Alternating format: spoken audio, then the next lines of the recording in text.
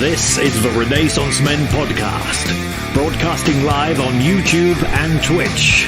Now please welcome your host, Stuart Garrard.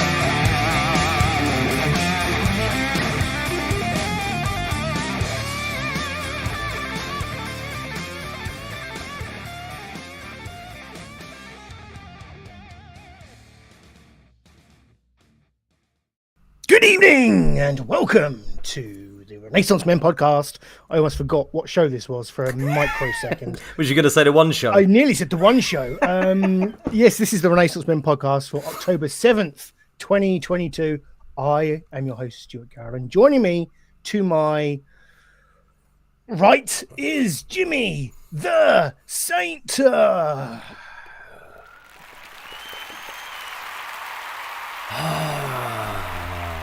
Oh, do you know what? That's the highlight of my week.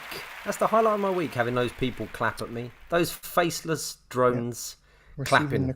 Receiving the clap. Yeah, not the first time. I would assume. Yeah. It is I haven't had the clap. Jimmy, my good friend. How are you, my friend? I think I'm bloody ruddy good, actually. I'm in a good mood. It's Friday night. Yeah, it is a pleasure to be here. Cheers to you, Jimmy. Cheers to you, Stu. I mean, look, we're getting in the Halloweeny spirit here. Ooh, I've got like my it, Halloween cup, getting ready for our Halloween special at the end of the month.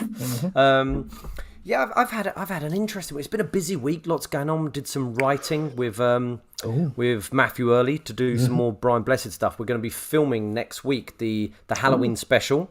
Nice. Got a Halloween special coming. So we've had some calls about with Tim Downey. Tim Downey's been in America filming a film. Friend of the show. Friend of the show, yeah, from Toast of London and Outlander. And he's just been filming with Nick Frost, and he's out in America filming with people. And nice. Simon Pegg. And we're going, Tim, have you done the editing on our Blessed video, please? We had a good old chat with him. What else has happened? I went to a kids' party. This was good. This was okay. Good. I assume you were invited with your own child. You didn't turn up. No, my kid was invited. Good. See, what happens is I always take the kids to the parties. Okay. I quite enjoy them. The wife, she's not a big people person, Stu, like yourself. She doesn't. But she can like people, but she doesn't really want to go and have to talk. No, it's not very comfortable for her. So I always do it. But this one was going to be on the island. So I said to her, I went, do you want to do this one? And it's friends of ours. And she went, do you know what? I will. I'll do it. I was like, cool. And then as the day was going on, I was like, oh, God, I've got to look after the other two bastards. And she's going to be at the party just watching the kids dance. It's all fun. And then she messaged me later in the day and went, I've had such a stressful day. This and that and this and that and that. I went, do you know what, darling? I'll take her. I'll take her to the party. And she went, you sure? I went, yeah. Such a gentleman. I'll do it. I got there. There's a bar in the place where there was the party. Sat down. Within 2 minutes, one of my friends went, the bar's open next door. Wait, what? Hold on.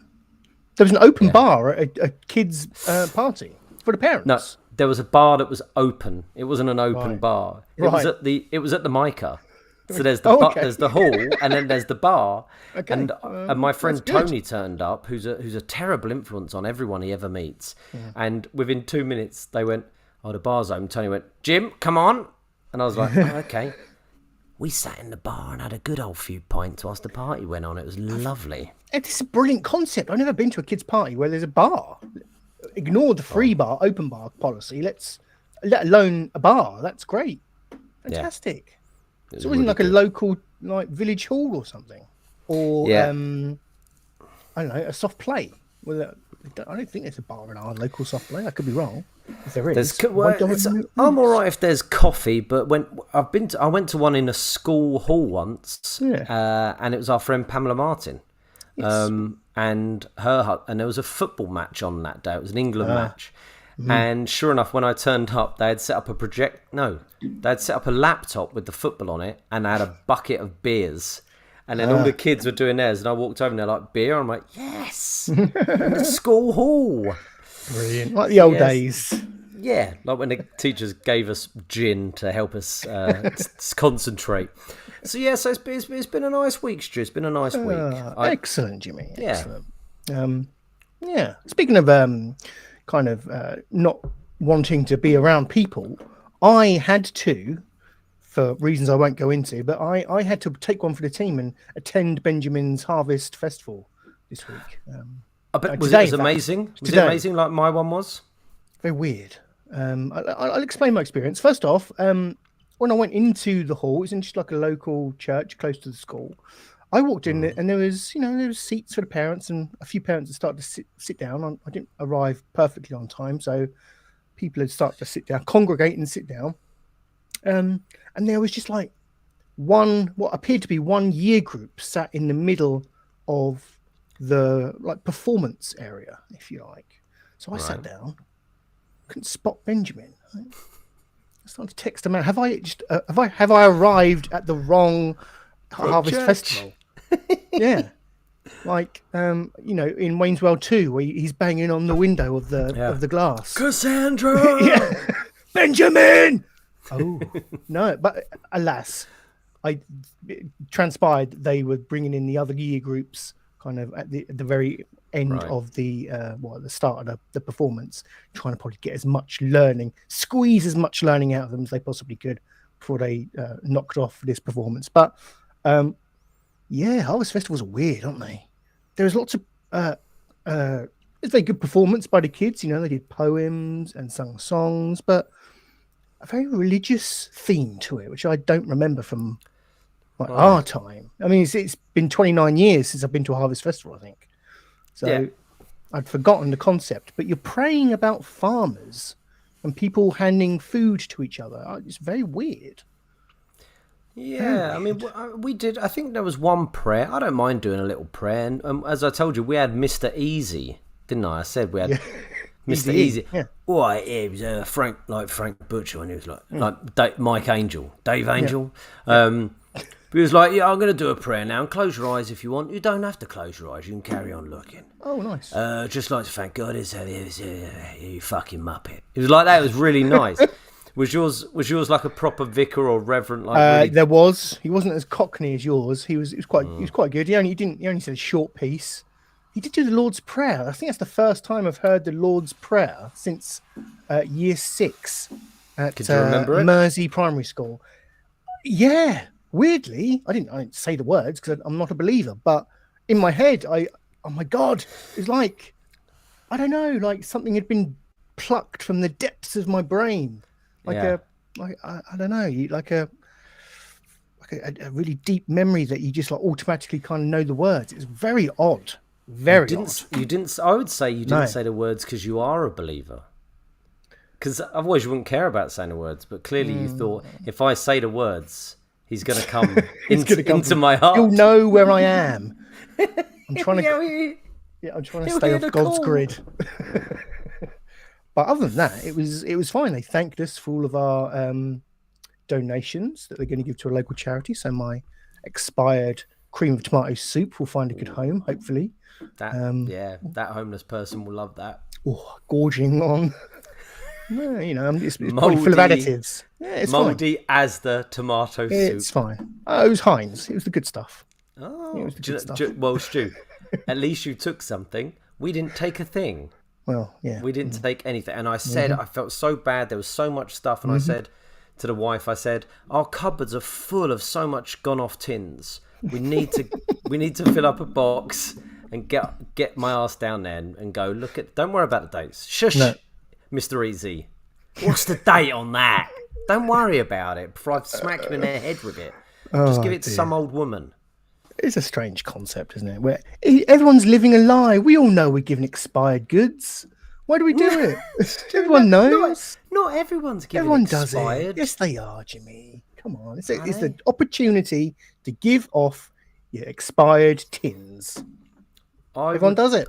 Everyone does it. But no one raises batters an eyelid. I would agree with you that everyone is living a lie because we turn a blind eye to so much stuff. Someone who there's a few people that don't. Like, obviously, when we had Seddon on the show, he wouldn't pay for the WWE Network because he didn't believe in their values. Same with Disney and things like that. But you'll get a lot of people who are, love Disney, but Disney, a racist company. They've released their posters in China without black people on them. They take out gay kisses for China. They do all this pandering to racist and homophobic countries and stuff. But then they always also do Star Wars. So, right, swings and roundabouts. Exactly. But I'm agreeing with you, Stu. I'm joking. Most people are lying to themselves just to get through life. Yeah. Well, we got to, it's how we get through life, isn't it? We're not here for a long time. We're here for a good time. Can enjoy it. What else have I been? I've started to learn Japanese. I don't know why. But I thought I'm going to give it a go. Good for you. I'd love to see you maybe converse. Just in a whole Japanese outfit, talking Japanese on the show. Yeah. See how many views we get. Do you know what? I was thinking about how I was going to present this to you in this segment as I was cycling to work, funnily enough. And I thought, Jimmy might ask me some words. And I've learned some words, but they teach you, I guess, to kind of onboard you. They get you to use words that you probably heard already. So if you'd asked me, I would have said, well, I know konnichiwa. I presume you can konnichiwa, sushi. Sensei, I sushi. presume you can count to 10. No. Haven't touched the numbers. No, I can nearly count to 10 in Japanese. Oh, nice. Okay. Each, ni. No, I can't. 1, 2. That could be Chinese, actually. I can order rice and water in Japanese. So I think if I went to Japan, I'd have a cracking time. That is handy. And most of them speak English anyway, Stu. Forget it. Yeah. And Stu, did knock on the head. Can I remind you that you've never left the country? No, I know. Or been on a plane. So I think Japan is going to be a bit of a stretch for you. Maybe. Do you know what? I thought I'll do this. I might be able to understand I could watch a Japanese film without subtitles. It'd be great. It's obviously been quite fluent in Japanese, but I'm not quite there yet. But I'm doing it through Duolingo. Duolingo. Right. It's great. They gamify it, so you get like achievements. Well, do you remember I told you a while back the wife was learning Korean whilst I was doing this show? Yes. I didn't know she was doing it. She was doing it for 6 months. And she says she can read it pretty well. And I think she can understand bits, on the TV. Talking it is a different kettle of fish. Yeah, I'm finding that. If they ask me to like, they do an exercise where there's the Japanese word and the English word and you have to pair them up. I can do that. But conversing those same words is a different matter. I don't know. That's another level of complexity, I think. No. Still, but yeah, that's fun. Trying to better yourself, Stu. Exactly. Never going to go, but why not? Why not? Fair enough. Oh yes, and I must say that I've ordered my Steam Deck as well. Yeah, I've been pestering you with this. Stop talking to me about your effing Steam Deck. My Steam Deck has been shipped. I keep pre-ordering it and then not having the money because what they did is you had to register to have a window to buy it. So you would register your interest, lay down £4 and say in 6 months' time, they'd say, oh, you can go and order it now. But whenever I did that, I would never have the money at my very short 3-day window to purchase it. So I then had to cancel it and then do it again in the hopes that I would then have some money in another 6 months' time. Is that what's been going? And do you know what, Stu? I don't even know what it is. I think you've told me. what it is, but I don't even know. And you and Mid chat about it on our WhatsApp group. Steam Deck this, Stream Deck that, Steam Deck this. I don't know what it is. I'm going, it's coming. I'm going, no, it's not, Stu. Fucking not coming. You're it's a never little handheld gaming device. It's like a little gaming PC in it. Oh, because man, I can't get the telly. It's hard to get the telly these days. But you've got a Switch. Yeah, but that doesn't play like high caliber video games. It plays your Nintendo stuff, but it's not. This is like a graphical powerhouse, Jimmy, in the palm of your hands. Right. So I've got a Steam Deck coming. I think. Okay. Somewhere in the North Sea currently. I don't know where it is. Probably on a disused oil rig somewhere. Someone's got it. I imagine so. Yeah, but cool. That was a long intro, but there we go. Yeah, plenty of stuff this week. Like I say, this is the Renaissance Men podcast. Welcome to those in the chat. Come say hello. If you're watching, lovely to have you with us. If this is your first time with us, please do give us a like and subscribe. Hit that notification bell to find out when we go live. Well, the subscribers are coming along leaps and bounds, aren't they, Stu? They are. What, they are. What are we on now? 275. I really want to get to 300. I think we could do that this year.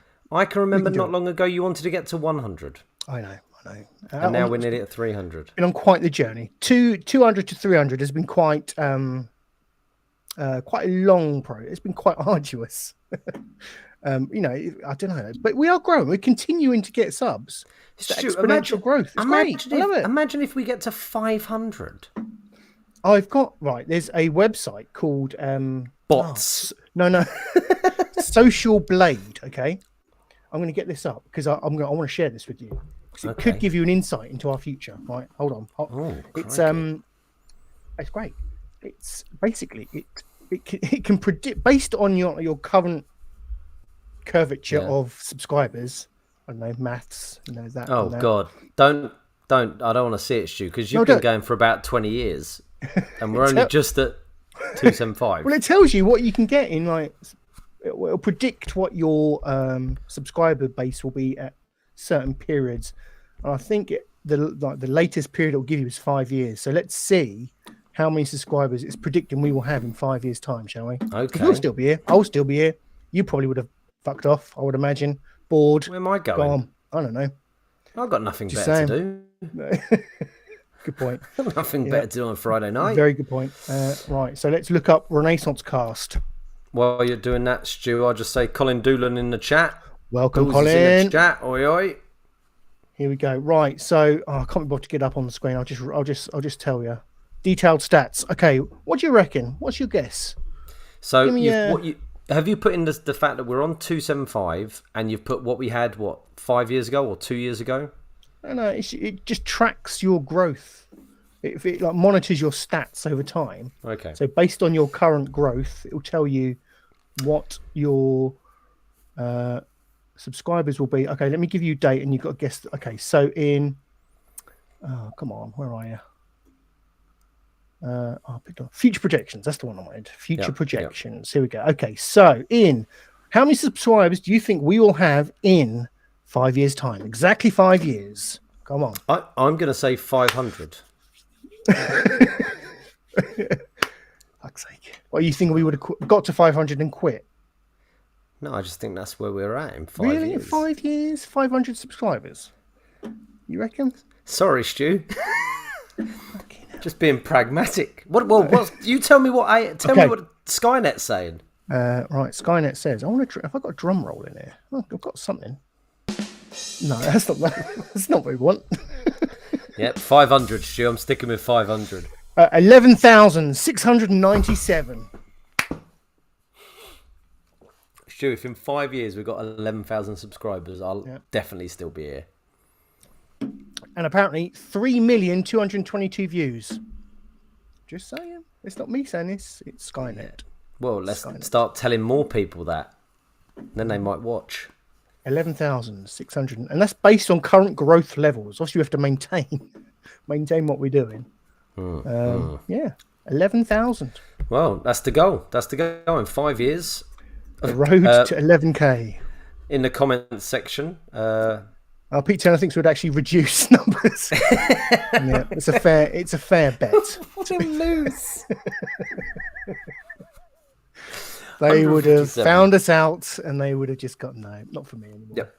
Well, let's not listen to Peter and we'll just keep cracking on. Trucking on. Come on, Stu. Let's both give scenarios the people what they are plausible. Both scenarios, in my eyes, are plausible. Yeah, and I'll laugh at either. Yeah. Right, Jimmy. Well, it's that time where we take a brief look around the channel. Yeah, we've had a few highlights this week from your good self. A cracking highlight for me. So let's just take a brief look around the channel, shall we?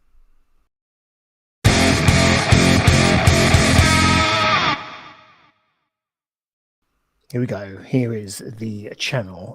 And I want to highlight, Jimmy, some smashing content from yourself.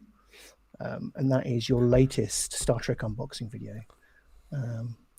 Rentrek, I've called it a mystery mega bundle because that's what it was. You went at great lengths to state how much you had paid for this bundle of wares, and Yeah. I think the joy that I got from this is just your crushing disappointment as the video went on and as each good was revealed from the box.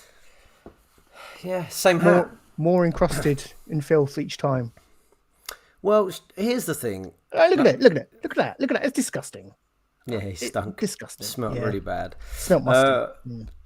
I mean, it wasn't a huge. To be honest, what I paid, £82, as I keep saying. Yep. I've definitely got way more than £82 worth of gear in there, definitely. But just lots of it was just a bit dirty. Like, for example, one of the figures I picked up today, which was dirty, and I just licked my thumb and rubbed its face, and the dirt all came off. So things just needed a bit of a clean up. But there was You didn't lick your thumb on another figure after that, did you? No, but I was getting angry with a lot of stuff. And again, there's one figure which I pick out and I go, I've got this one. But it was a variant. So actually I didn't have it. I was quite happy to have it. So, and what I've done this week is I have watched, in the comment section, Stu. Cameraman extraordinaire, Shakin' Stevens, John Simmons, scale modelling. Hey guys, me and Ethan are viewing. Ethan said, I like your song, Nice Guitar. Was that the... Yeah, must be. And Pete Turner in the comments as well. Oh, what does Pete say? Pete says, sorry, I had no idea you had 275 subscribers. I tried a joke, but it went wrong. This is my new prediction, 4709. I'll take it. That's not bad. Yeah, I think I'd take that. I'll take it. But yes, so what I've done this week is I actually tried to learn a bit more about the figures because I realised as I was opening them, I made a lot of mistakes. So I've watched a few videos on a lot of the Star Trek figures to understand all of them. And I actually learned that some of the ones that I got were mail-away specials and were worth a few quid, Stu. So I can't complain. It was a fun... I love unboxing stuff. It's so much fun. Yeah, you do them very well, Jimmy, as well, I have to say. You are the man when it comes to unboxing. Especially when it's a bundle. When it's I know what I'm sort of buying, but it's quite a lot in there. So and I forget, because it takes a while to come through. I know there's a few in there that I want, but it's great. My collection's coming on leaps and bounds. I've got quite a lot now. Whose is the JCB thing in the background? Why have you got one of those? That is Lego. That is Carl Hill. Really? Is it really? That's one of Carl Hill's Legos. I saw his Millennium Falcon. Amazing. That must have cost a fair few bob. Fair play to him. Yeah, he had to remortgage his house for that one. Yeah, I think that's the ultimate collector's one, isn't it? I think the pièce de résistance. Yeah, it's a big old boy. But yeah, that's his JCB and Lego truck, and it's just in my room because it's just in there. But look at that, there's a lot of stuff. Yeah, nice. This is one of the issues with the Star Trek stuff. They kept bringing out, these are 6-inch figures, and everyone wanted the 4-inch figures. It's like 4-inch was the classic. Yeah. And they started like that. It's a 4-incher. Filthy thing. But they started bringing out 6-inch. Look at the state of that. And they started bringing out 9-inch. I'll tell you what was interesting though today. I saw John Simmons, scale modeler, very briefly, probably for about 5 minutes. But I've got a Data in First Contact outfit.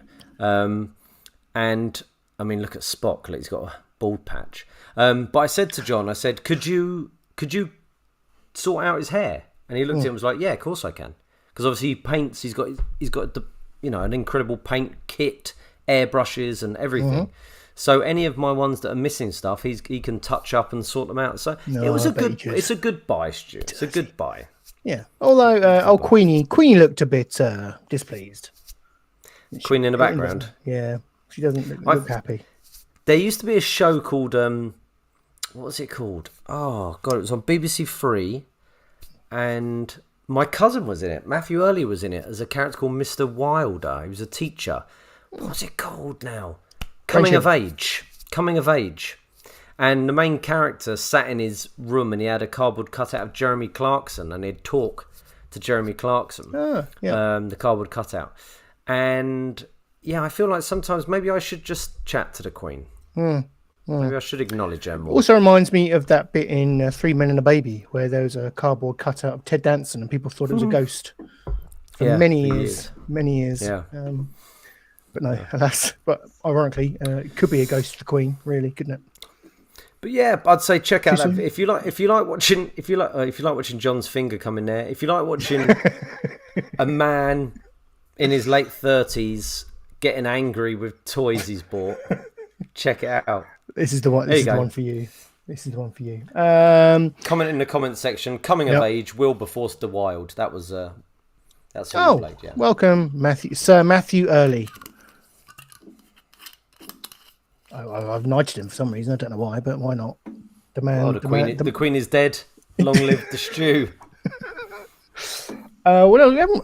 Saying that, that's pretty much it for content this week. A bit light, but we had the usuals, the hot takes and whatnot. So I do need to get back on, and I promise you, I will do some more Optimus Prime building of my Optimus Prime model. Good. Christ, I do need to do that because I promised Benjamin that will go on. Optimus Prime will go on my shelf of tut, and he gets the Batmobile that's on there. So I'm on a promise. He's on a promise. I shouldn't say that, should I? No. No. You know what I mean. Christ. I hope so. Well, there you go. Go check it out. Go give us a subscription. Lots of geek culture content on there. Show notes. Where have you gone? There you are. Well, it's time for when we ask people to ask us questions, isn't it? Isn't it? We've got a whole plethora of questions this week. I might save some over for next week, but we've got some good ones. One of them I don't understand, and I need to live Google search. I've just heard Benjamin come in, and I don't think I should probably be searching for this whilst he's about, from what I know. Stu, what I've heard. Can I just interrupt you, Stu? Go on. Have we had any breaking news? Because we spoke about this earlier. Hell. It's Eurovision. What is it? The Eurovision Song Contest is coming to the UK. Yep, and they're announcing where it's going to go. Yes, it was down between. It was between Glasgow and Liverpool or Birmingham or Manchester. No idea. One of those awful cities where's the full of page northerners. It was a northerners, or even worse, Glasgow. Yeah. So they're gonna announce that tonight, and we were gonna announce it on the show. So okay, let's have a look. Let's see. Let's go live to the One show BBC website. Has it been announced, Stu? I'm excited because I'm going. If it's in England, I'm going. No, hasn't been announced yet. Hasn't been announced. Stay with us. Yep, stay with us. It will be announced tonight on the show. The live announcement. We will be the first. We will be the first to deliver the news of where Eurovision will be this year. You don't want to miss that, people. No, you don't. I mean, what we want to do is we want to like put the one show on, and when I don't know who's doing it, like Ronan Keating goes, and we should just go straight and go Glasgow and just do it like before them, so we can say that we were first to announce it. Yeah, first. Okay. Anyway, right, it's time for Ask Us Anything.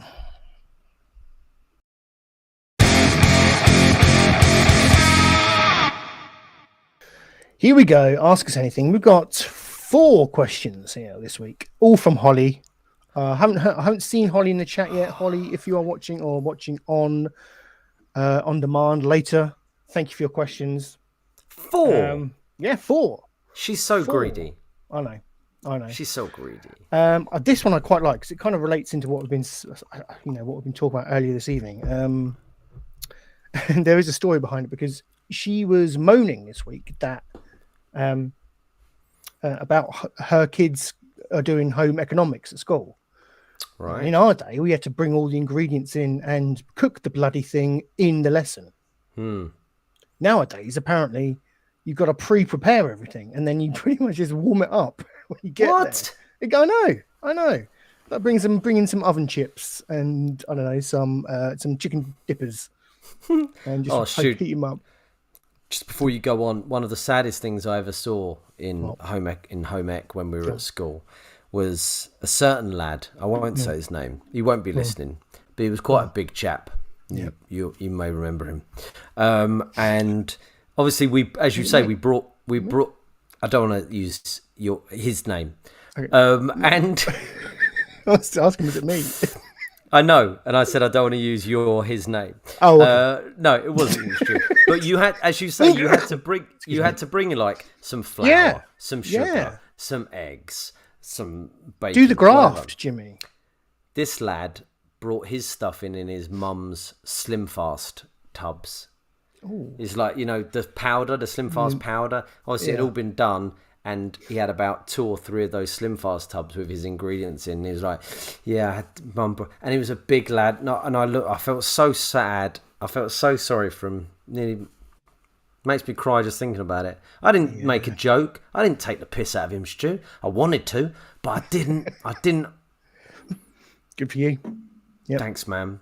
Good for you, mate. Good for you. It's horrible. It's so sad. Sad. It was genuinely sad. But Holly was saying that, I mean, she found herself, I think the other evening, stewing apples for the first time in her life ever, because her daughter had to go into the lesson and cook an apple crumble. So you're getting to the point where the parents are doing most of the cooking, and then the kids just finish it off at home and get all the glory. How long does stewing an apple take? Quite a long time, doesn't it? I think. I don't know, an hour, a couple of hours. Stewing things does tend to take a while, doesn't it? I think so, because it's the slowness of the cook that makes it all mushy. But I get it, yeah, because what are they just doing? Putting on a crust. They're just putting on a crumble. Exactly. The crumble. Yeah, the crumble mix, chuck it in the oven. Happy days. But this led into her question. Because that is a particular rule for her children's school, and she asks, what are the most annoying school rules for parents? Ooh. Which I thought was a good one. And probably one that we both could relate to. Yeah, good question. Any thoughts? We should change this section to be called Holly Ask Us Holly Probes. Anything. Yeah. Holly Probes. Yeah, Holly Probes.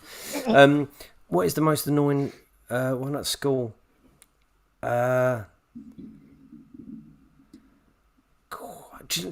The school that my kids go to, they're so lovely. My wife would have loads for this. She'd have, because she gets annoyed with them a lot. I'm a bit like, I remember. I think there's a thing where they're not supposed to cuddle the children. If they each other? teachers. No, the teachers aren't supposed to cuddle them. Okay. If they fall over or something, they're not supposed to cuddle them. Yeah. And cuddle or comfort. I could see. Yeah. And I think that, the women should be allowed to cuddle them, not the pervert men, obviously. Any teacher who's a man who's working in a school is clearly a pervert. But the nice cuddly mumsy women, I think should be able to cuddle the kids. Yeah. They're not going to get off on it, Stu. You say that, you never know. You never know. What a rule that I don't approve of or like. Weekends? That they don't have to go to school on the weekends? Yep, that is a good one. I don't know. I'm thinking something uniform based, because having to go to school on PE days in their uniform, it feels like they're getting off lightly. When we went to primary school, we had to get changed in the same classroom as everyone else. In your pants. Yes. I forgot. I blocked that out, Stu. You've just reminded me. Actually, I really enjoyed that, Stu. What the hell are you on about? You should be a teacher. Well, they wouldn't let me. But yeah, it's probably a good thing, though, to be fair, for kids these days. It doesn't affect me, really. I guess it's just I'm just envious. So what do they do now? Well, they just go in. They spend the whole day in their PE kit, don't they? Well, my kids don't. My kids' school. Do they not? No, my kids so they take get changed their PE kit in. And get changed. Well, I never. Yeah. They must do. I'd ask some questions about your school's teachers, to be honest. You want them to be punished like you were and have to get your balls out in front of the other girls and boys. Yes, it's not fair. Is it character building? Yep. But it's disturbed you. Well, I've still held on to it, haven't I? Clearly. You've got your PE kit underneath your clothes right now, just in case. Pants and vests. I wouldn't do that these days, would they? Pants and vests, skins. Let's get the fat kid in skins. Come on. Stu. What used to annoy me was not annoy me was having to shower after PE. I didn't enjoy that. Humiliating, wasn't it? Well, yeah, and like I think quite often people would go in their shorts, and wouldn't Mr. Morale stand there and go, "Go on, lad, get your shorts off. That's not how you wash it. Give it here." They would scrubbing, sir. It's the worst time for people at that age to have to shower with other people. I mean, I'm not a massive fan of it now, unless it's a close friend or relative. But back then, when you're a teenager and you're growing your hairs, or you're not growing your hairs, and you're getting tits or whatever, yeah, that's the worst time. So I don't know if it's like that now. If you still have to shower with, don't know, after pee. I'd say I'd like to find out, but that sounds wrong as well. Yeah. And you didn't really no one really got smelly at that age, did they? Like 14, 15, you weren't really getting that smelly, were you? I don't think so. Bit of deodorant. Yeah. Away you Lynx go. Africa. Boom. Sorted. God, yeah. Sorted. That's question one. Got, really. Yeah, I think that's all I've got. Question one. Next. Would you rather lick a tramp's toe or lick a stunning dead girl's bum? Fucking hell, Holly, what have you been I smoking? know. Would you rather lick a tramp's toe or lick a... Well, okay, right, okay. I was going to say, well, that's clearly that's an obvious choice. But no, the girl is dead. Yeah, she dead. How long's she been dead? She warm? It doesn't... I think she have to be pretty... Yeah, she dead. Let's say, like, she's stiff. Did I kill her? No. Ah. You just found her. Imagine Holly sat there right now and thinking about her kids at school and going, what school problems really annoy you? Oh, yeah, that. And what else could I do? Dead women and tramp's feet. It's got to be the tramp's toe. And do you know what, Stu? When I worked in London, there was two tramps who... my office was on a really plush road, really plush. And there was two people... a couple, these two guys, they were artists. They're called Eric and George. No, famous artists, and they lived like these houses all along where our office was. That must have been like £10 million houses on this road. And there's a famous couple, and they do very lewd paintings. And these two gay guys, they must have been in their 80s. Yeah, and I'd chat to them quite a lot because I was hoping to get some money out of them. I thought they might want to paint me or at least play with my dick or something. Yeah, well, you know, they were clearly millionaires, and they were guys. What are they called? I think they're called Eric and George. Both wore tweed suits every day. You'd see them out walking with their tweed suits. But there was a pair of tramps. Breaking news. It's going Stu. to... Let me just get a reaction ready. It's going to Liverpool. Yes! Well done, Liverpool. Yes. Liverpool will host the Eurovision Song Contest next year. Oh, lovely you city. heard it. Lovely city. You heard it here first on the Renaissance Men. I've got to text the missus. I've got to text the missus and tell her to get those tickets. It's gone to Liverpool. Well done, Liverpool. Congratulations for winning the rights to host the Eurovision from a war-torn nation. Bravo. Well, we should have won anyway. Liverpool. Sorry, Jimmy, to interrupt. Go on. That's where I did my marathon. I've been to Liverpool. You're right, Stu. It is beautiful, isn't it? It's a beautiful city. I got a friend. Do you know who lives there? Kyle lives in Liverpool. Does he? Oh, bless him. Yeah, with his family. Well, a lot of the time he's out on oil rigs, but he does live there. He's probably got my Steam Deck. These two tramps lived in the out the doorway of these artists' house. Okay. they lived in the doorway and they'd just throw their bottles of cider, their empty bottles of cider, down the side of their house. And it would just build up, these rich artists, and they'd just go, morning. They'd come out in their tweed suits like, morning. And they're like, And one of them was a woman who looked like a pig, no joke, looked like a pig. Yep. And she would often be asleep with flies all over her ass because she had shit herself. And her feet looked like pink balloons with toenails on them. And she'd be like, and I saw her once up in another doorway, because you don't shit where you eat. She was in another doorway, joggers round her legs and pissing like a racehorse. Was this your doorway? This was where I'd paid her to pee. No, she was just in this doorway. I thought a tap was running. It was just all this diamond white cider was pouring out of this tramp's vagina, and it was horrendous. So, what's the question? Am I going to lick that tramp's toe, which is probably splashed in piss and flies, or lick the bumhole of a dead model? A beautiful dead model. Joe, I don't even want to answer this question. Model. Easy. Easy peasy. You were like a judge on the dancing show. Model 7. Model. You're going for the corpse. Easy pick. I'll do the corpse. I'll go for the corpse. Okay, there you go, Holly. Going corpse. Double corpse on that. There we go. I'll save the other two for next week. Yeah. There we go. Thank you, Holly. Holly has probed. Where are we? Oh, it's time for us to take a look. How do I say this? Look through the past. Yeah, a look through the past. It's some memorable comedy. Oh, I've messed this segue right up. But it's anyway, the excitement of Eurovision coming to Liverpool, I think. I know, so excited. Anyway, it's the time. No, I'm not. I know I'm going to go there again. No, I'm not.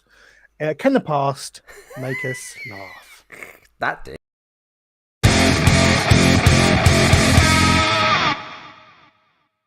Keep it simple. Keep it simple. Keep it simple. I don't keep it simple. Yeah. Anyway. KISS. That's the acronym, isn't it? Keep it simple, stupid. Yeah. That's what I should do. And can the past make us laugh? Jimmy, this is the segment of the show where we take a look back. I'm doing it again. No, we take a look back. I'll take it. Don't worry. Okay. Right. So each week we take a comedy sketch from the past, which we watch to see if it's dated badly or well, and see if it still makes us laugh like it did when we were young, or even when our parents were young. Did it make them laugh? Well done. You did well. Well, I was worried. I was worried about you. I thought you were going to lose it. Maybe smash your desk up or something. This week, Stu, I watched last week's show back so I can remember it, because obviously I'm always absolutely hammered, so I never know what I've said. And I talked about Corden and Horn, the sketch show they got given after the success of the somewhat awful Gavin and Stacey. Yalders. Yep. So Corden and Horn were given a sketch show. I've heard them talk about it in the past and say, shout out to Sonal in the comments there from Lee Blackburn. Sonal I think Sonal was a girl we used to work with. Don't know what she's done. Or maybe it's something else. I don't know. maybe it's a gang sign. I don't know. Yeah, nice. And they got given a sketch show and they've spoken about it and they've said, yes, it was bad. I think they had like 2 weeks to write an entire sketch show. But last week on the show, you said, next week, bring a clip of the Corden and Horn show, because I've never seen it before. I've never seen it before. I saw maybe one episode. I've brought this sketch. I haven't watched it yet. Okay. That's always a worry. My money's on it won't make us laugh. Yeah. But let's give it a whirl, Stu. Yeah, the chances are, I mean, I'm not a fan of Corden or Horns or... No. I like Alex Horn. I didn't like him, but now I quite like him, especially when I've heard him slag off James Corden. I hate James Corden. Look at him. Immediately, I'm thinking, this is making me laugh. a lot Full of of English rage. people hate James. That's the whole bottle of wine. A lot of people like him, and a lot of people hate him. My biggest thing with Corden, I used to say this to Colin Doolan at work, and our other friend Showcode, who sometime listeners of the show, that he's not the best we've got to offer, and it annoyed me that he was doing that show in America, and he was representing England. That was representing. It annoyed me. Like, people we've got: Jonathan Ross, Graham Norton, Alan Carr, any of these good chat show hosts, Rob Brydon, and he was out there just was licking models' dead arseholes. Is what he was doing. Good lad. Right. Okay. Well, we've built it up. Let's see if the past can make us laugh. When was this? What piece of the past are we talking about? What part of the past? I'm presuming early 2000s. Yeah, I guess so. Like Early to 05 mid. or something. Yeah. Okay. Well, Yeah. not that matters, but Imagine if it's amazing and we're in fits through the whole thing. I'd be happy. would you? I'd be ashamed. Let's find out. Is Corden and Horn going to make us laugh? Let's do this. Wow! Look at all you young people. You young people are having a good time, yeah? Great. I'm Jeremy, or Jez, or J-Rock. And I'm Gareth, or G-Force, or just plain Gaz.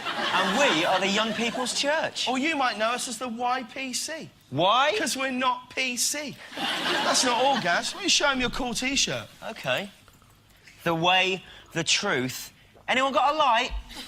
Now, you probably think we're just poking fun and taking the mick out of smoking cigarettes and blazing up doobies like Bradley from S-Club, and maybe we are, but we don't give a ship. Hang on, did you just say... Ship. Yeah, I did. I don't give a ship. Because I don't need to curse and swear to get my point across. And if your friends think they do need to use swear words and curse just to be part of the hip and trendy cool gang, then they're all just a bunch of fupping munts. But this cool T-shirt has got a serious message as well. Has anyone got a light? Some of you are probably thinking, I've heard about this light, but I don't know where to find it. I know that some of you are thinking that because, well, that's where I was a couple of years ago. I was just like you. And then I met this good-looking guy. And together, we found this guy. That's not them laughing. That's not that audience laughing. This is Nathan. We met Nathan while we were running our trendy soup kitchen. YPC you for lunch. Or dinner. And Nathan was there, and he was lost and bruised. And soiled. And he was living on the streets. I mean, if I told you some of the stuff that he was having to do just to get money, I think you'd be pretty devastated. Wouldn't they, Nathan? Yeah, there was this one guy, he was a regular. I don't think we need to talk about it. Yeah. I quite like What's that guy important is playing the that one guitar. day we were serving He's up in our Ghosts. mean leek and potato soup. Nathan said to us, hey, guys, I can play the guitar. And I've written a song about how I want to find Jesus and how I'm ready for his light in my life. And we're going to sing that song right now. Take me, Lord, I'm ready. Forgive me all that's past. I'm ready now to praise you. Take me in the afternoon. Guys, let's take this to the right, yeah? You see that woman's face? Yeah. I know that you have seen us, so show us all your wisdom. Reveal your mighty peace on earth. Let's not forget these guys. Everyone join in if you want to. We're here to spread your message. We're leading from the front. Your word will cross the borders. You'll be in every card. Every card. You'll be in every card. soon.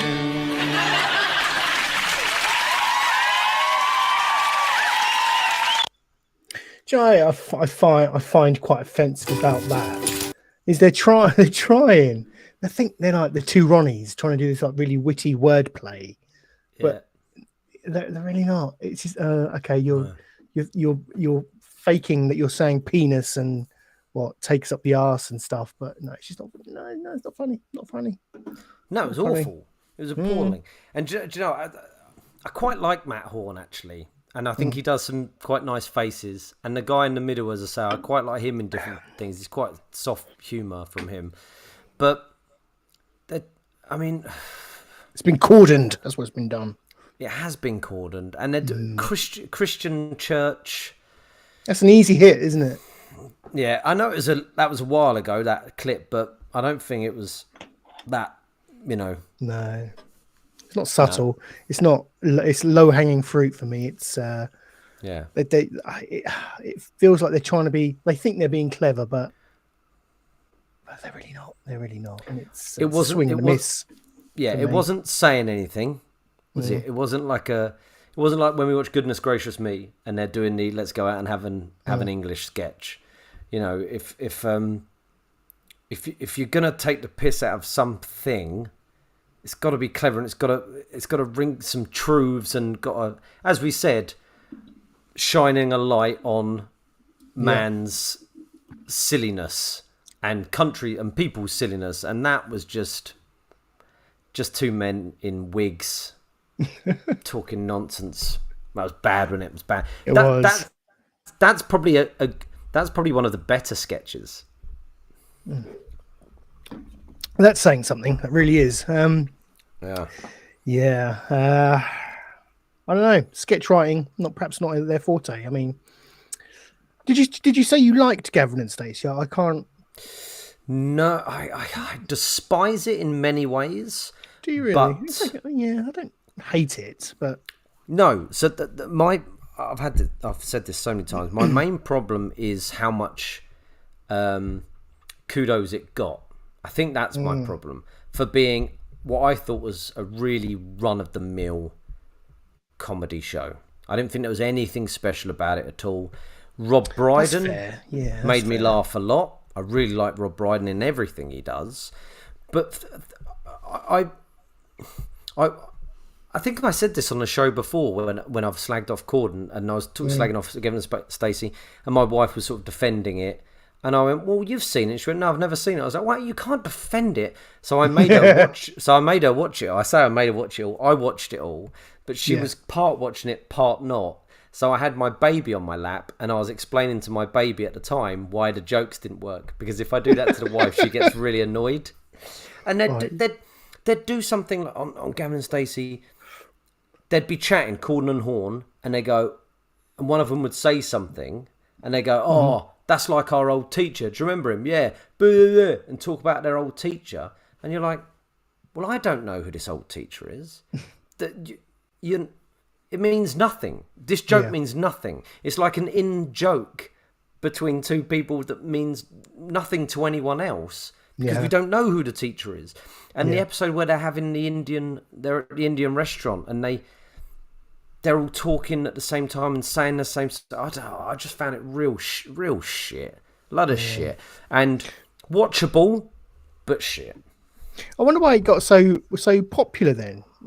During it's just like a dearth of good sitcoms at the time. Yes, there was nothing else at the time, and I think the sort of love story between Gavin and Stacey was kind of sweet in ways. And they had a nice theme tune, like "Call Me Tomorrow, I'll wait back." That was quite nice. But it was sort of, it appealed to people who watch You've Been Framed. It appealed to. It sounds horrible. It appealed to them. I love You've Been Framed. It's great, to be honest, when you watch it, especially with Harry Hill. But no, but it appeals to the mass. It appeals to the mass, and that's not to say that's the wrong thing, because if the mass, why is the mass wrong? If you know, there's more mass than there's not mass. I was just letting you hang yourself there. Well, do you know mass. what I mean? It's like Brexit. You know, I didn't necessarily want it, but it got voted in. So, But that's what you got. why am I James why am I Corden, the right? Brexit of comedy. Why am I right and they're wrong? I don't know. Like it's opinion, isn't it? What does Horn do these days? I don't really see him in much. Is he like kind of retreated from public life? I don't know. They had a massive falling out.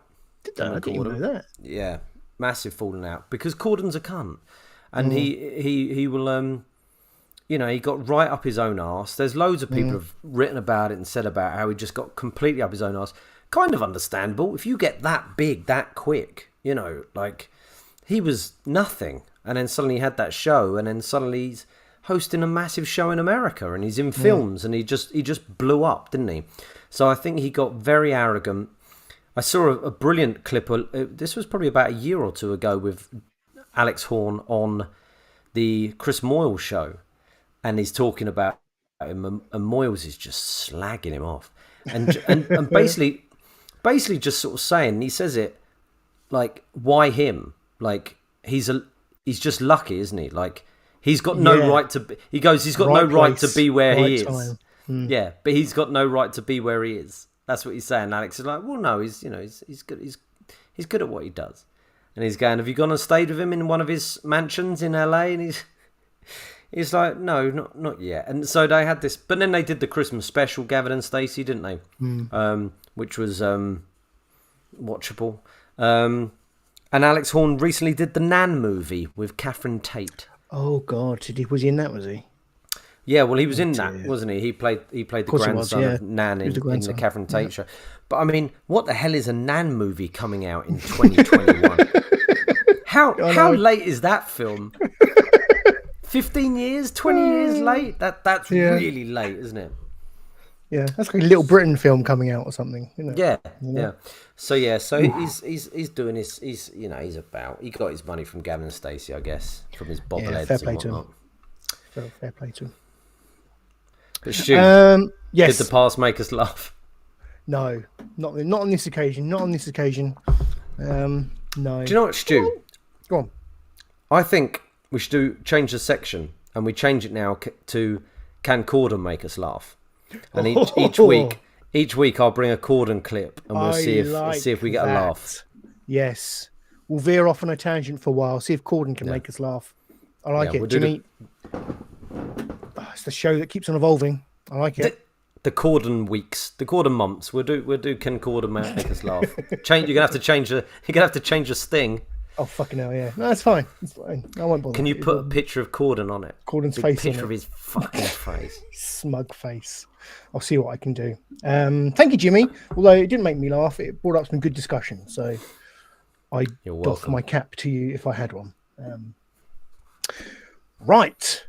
Ladies and gentlemen, it is time for us to take a look at the latest, hottest trailers from the week in Hot Takes. Sorry, I've got Windy Pops. Hot Takes!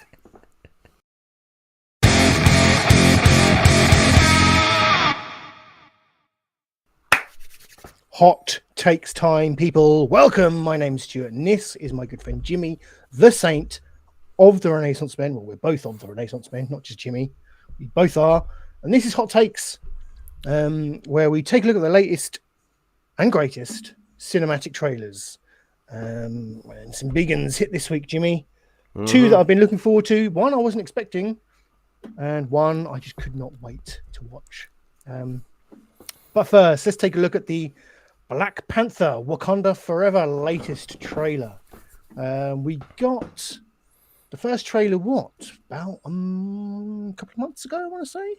Yeah. Perception of time is poor. And we liked it. We really liked it, didn't we? It had the No Woman, No Cry song being played for it.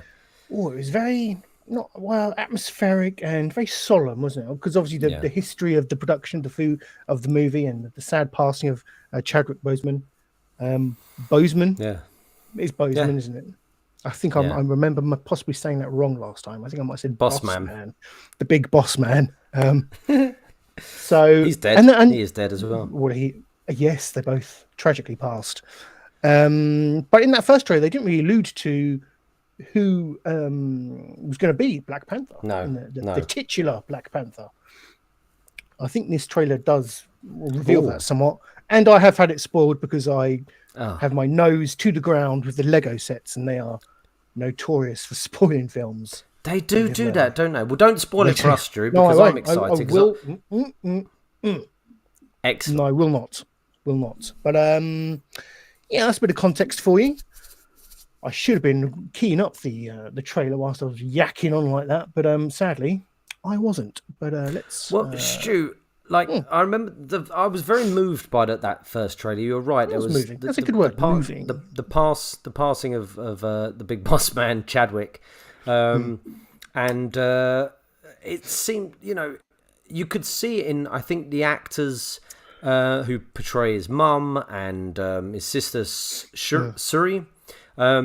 Yep. Their emotions looked real, and of course they're going to be raw still from his death. So, and he's died, hasn't he? They mentioned that he's dead. So yes. So within the story, Black Panther has passed.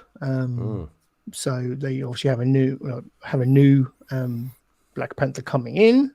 We have no clue of who that is, obviously, as we alluded to. But let's see if the trailer that we've got here is going to allude to that. Come on, there's enough chit chat. Let's talk about, let's watch, let's react to the Black Panther Wakanda Forever trailer.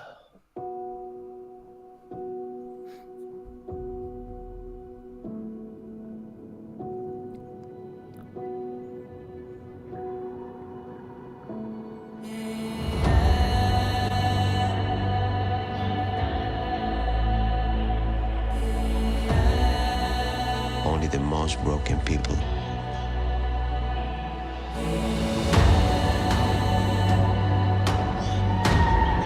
can be great leaders.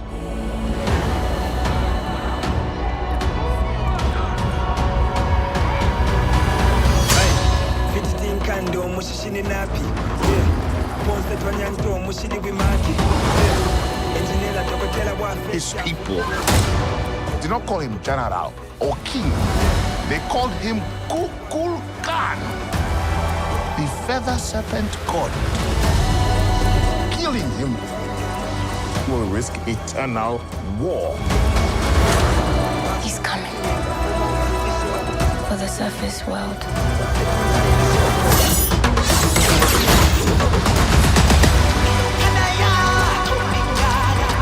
We know what you whisper. They have lost their protector. Now is our time to strike.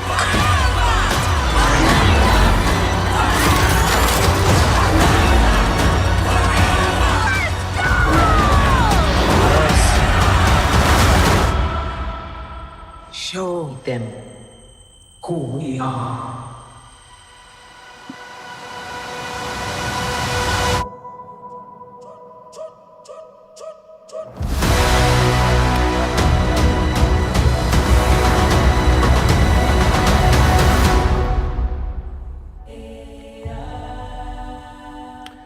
Interesting. A very different trailer, wasn't it? Very different. Very different. More action heavy, less less mournful, I think. Yes. More kind of heavy hitting. This is what more of a Marvel trailer, I think. Yeah.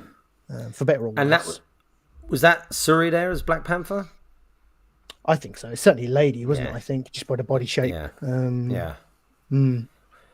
She's the obvious choice to me. Oh yeah, I think yeah. They want more female superheroes.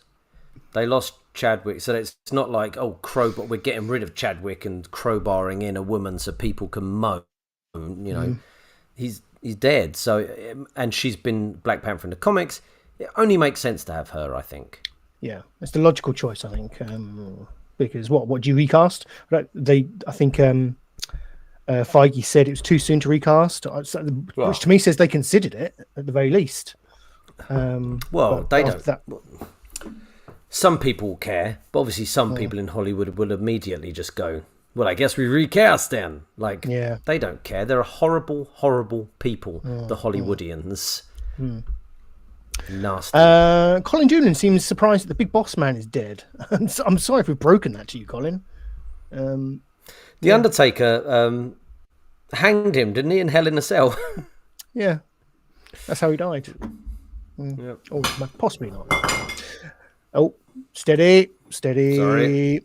Lee Blackburn, is that a yes for the trailer? Is that your hot take, Lee, on that? I think it's a yes to the fact that Big Boss Man is dead. It could be. Well, I had to clarify. I had to clarify. I wasn't a fan. And Mostly Martinez has joined us. Hello, Mostly Martinez. Hey, party people. Mostly Martinez, what is your reaction to the Black Panther Wakanda Forever trailer? I liked it. That was a good trailer for me. That was, I think, wasn't as. I think the first one was better because I think it offered something slightly different, and it's the first time we've kind of been in the Black Panther world or seen anything of it since the passing of Chadwick. So I think it had more of a, I don't know, it felt a bit more special. It was a bit brighter as well, I think, the first trailer. Like, there was a lot of darkness in that trailer. And I love it when we see Wakanda in the Infinity War and Endgame movies, when it's bright and vibrant, and you'd see everyone running, you know, when there's those big battles going on, they're great, they look fantastic. And when films darken stuff down so much that you can barely see what's going on, I don't like that. And there was a few bits in there. Excuse me. There was a few bits in there where I was like, what am I fucking looking at here? And the first one I think was brighter and as I say, more mournful, more poignant. Yeah. Well, still looks great. Because do you think that first trailer we're perceiving that first trailer to be better and having a different mood purely because of the choice of soundtrack? Probably maybe as simple as that, to be honest. The soundtrack was great. We got more of Neymar in this. We got to see his little wings on his feet. Ankle wings, yeah. Yeah, that was great. That was good. He looks like he's going to be interesting.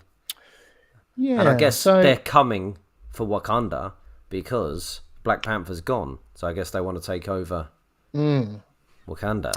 Yes, I wonder what he's after. Lee says it's the trailer was exciting. Good.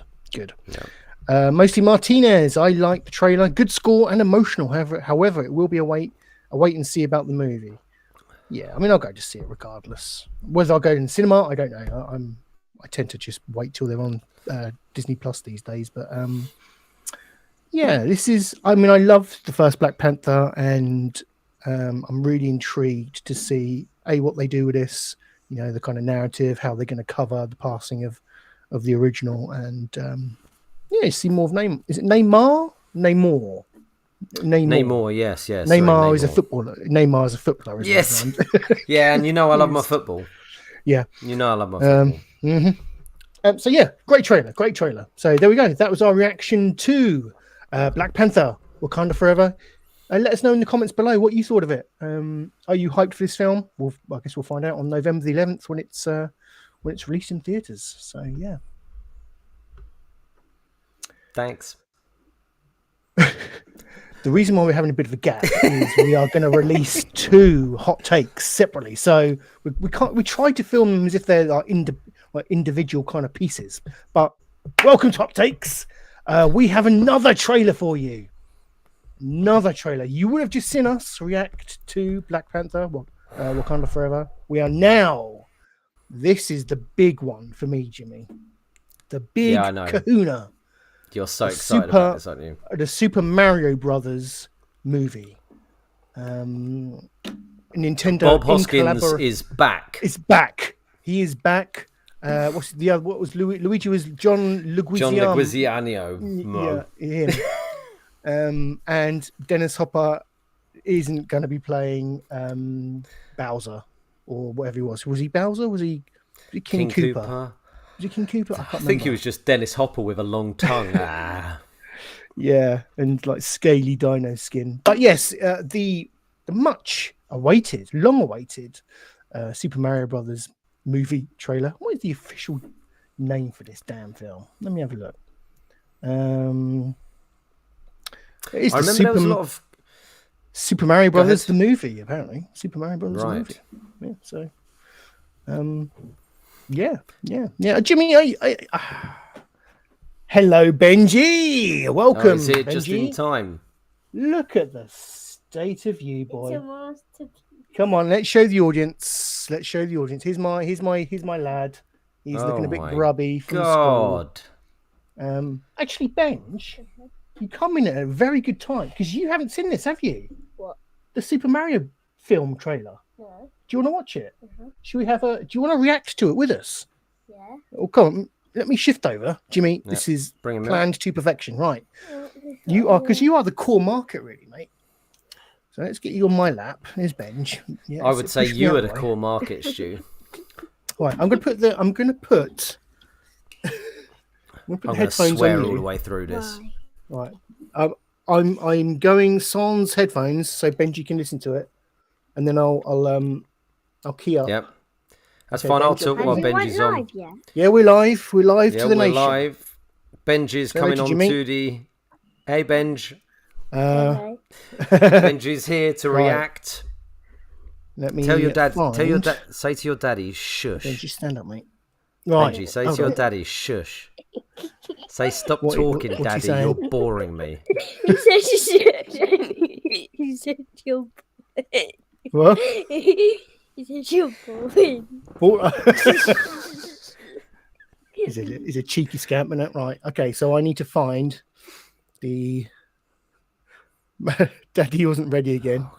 Mario God. trailer. Okay. People out there, you thought he was bad before, but now he's missed his headphones. Right. Here we go. Here it is. He's just useless that. now. Let's show it on the screen. Right, let's do this, Benj. Okay. Right. Are you Let's ready, react. Benj? Yeah. Are we I ready? didn't even know it was out.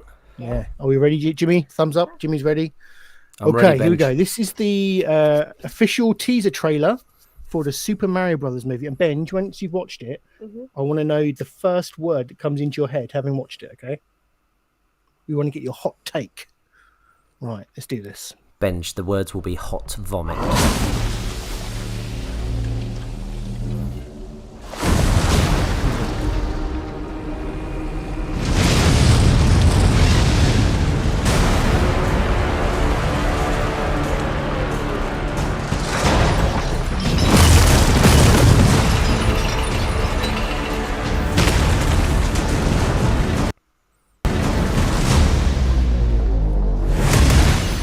Behold, the king of the Koopas! Who's that? I went to Bowser. Bowser. Open the gates!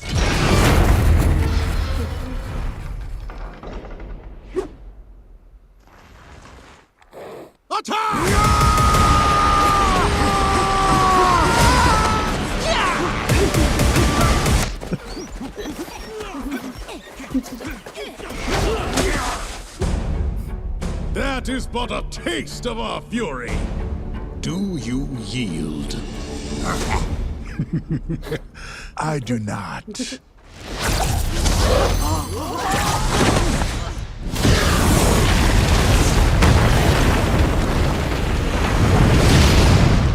I finally found it. Now who's gonna stop me? There he is. Where's Luigi? We see him in a minute.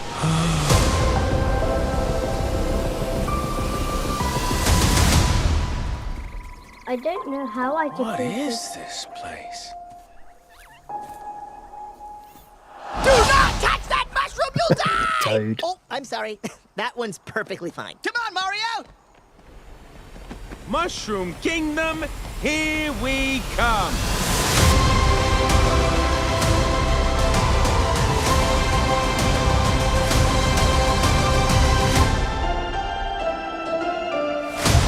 There he is.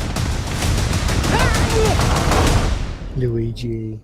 So, Benj, what was your first reaction to that? None. None.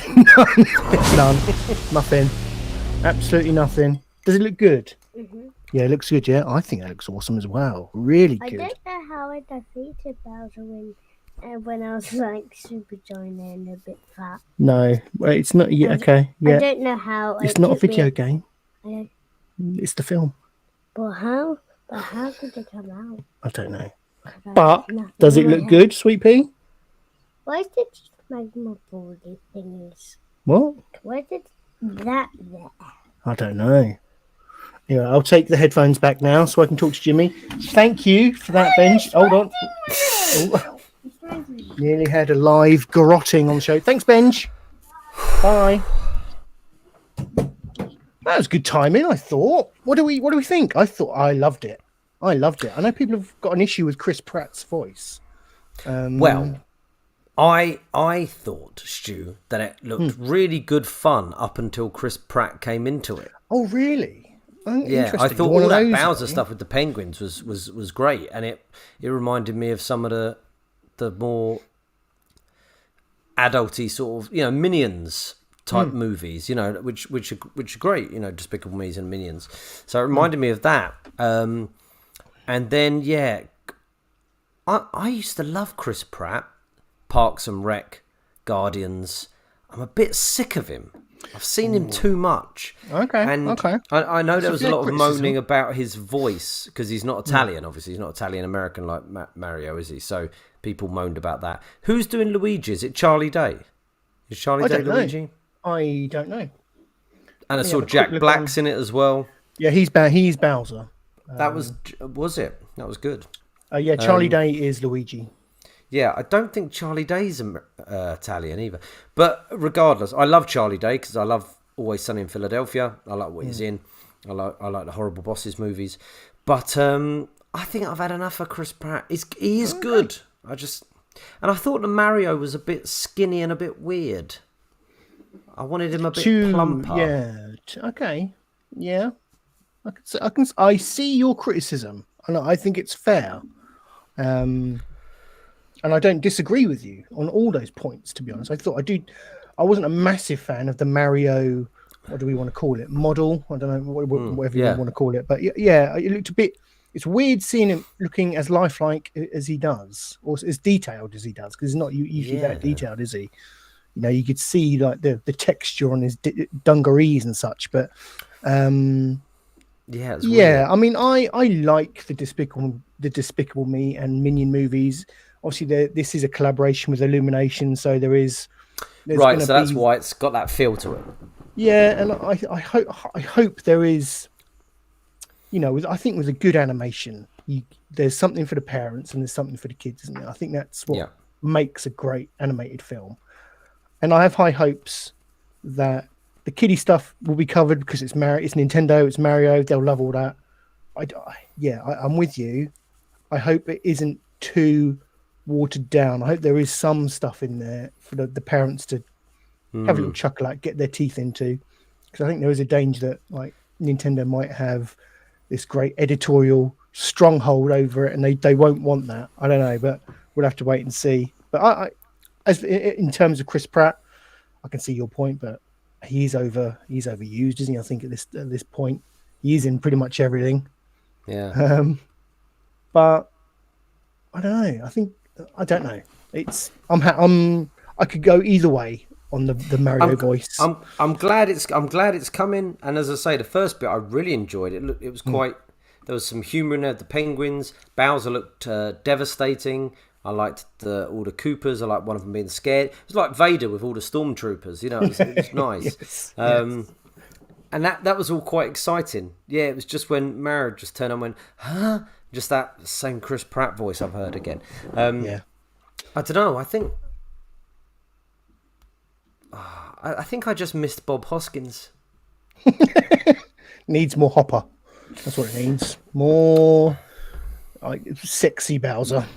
I think I would have just rather he was really fat, the Mario.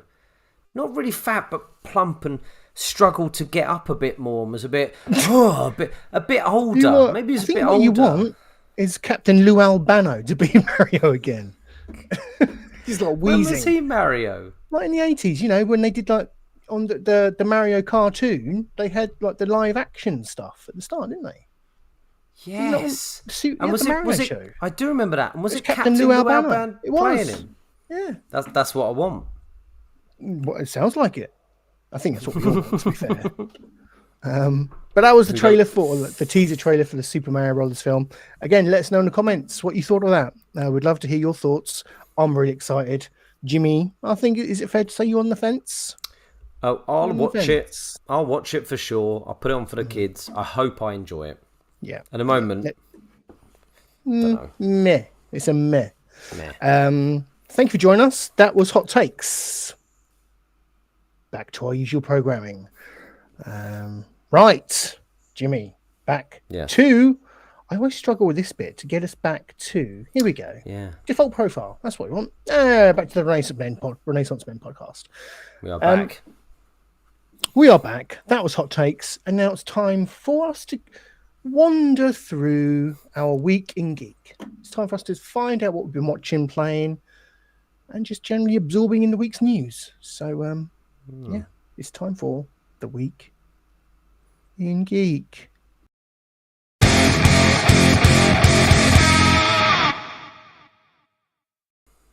Here we are. It's the week in geek. Yes, Jimmy. That's me. Where shall we start today? I'm not going to lie to you. It's been a very strange week for me, content-wise. I mean, I don't know where the time has gone or what I've done with my time. I come home from work and just I think I just sit in the corner and stare into space.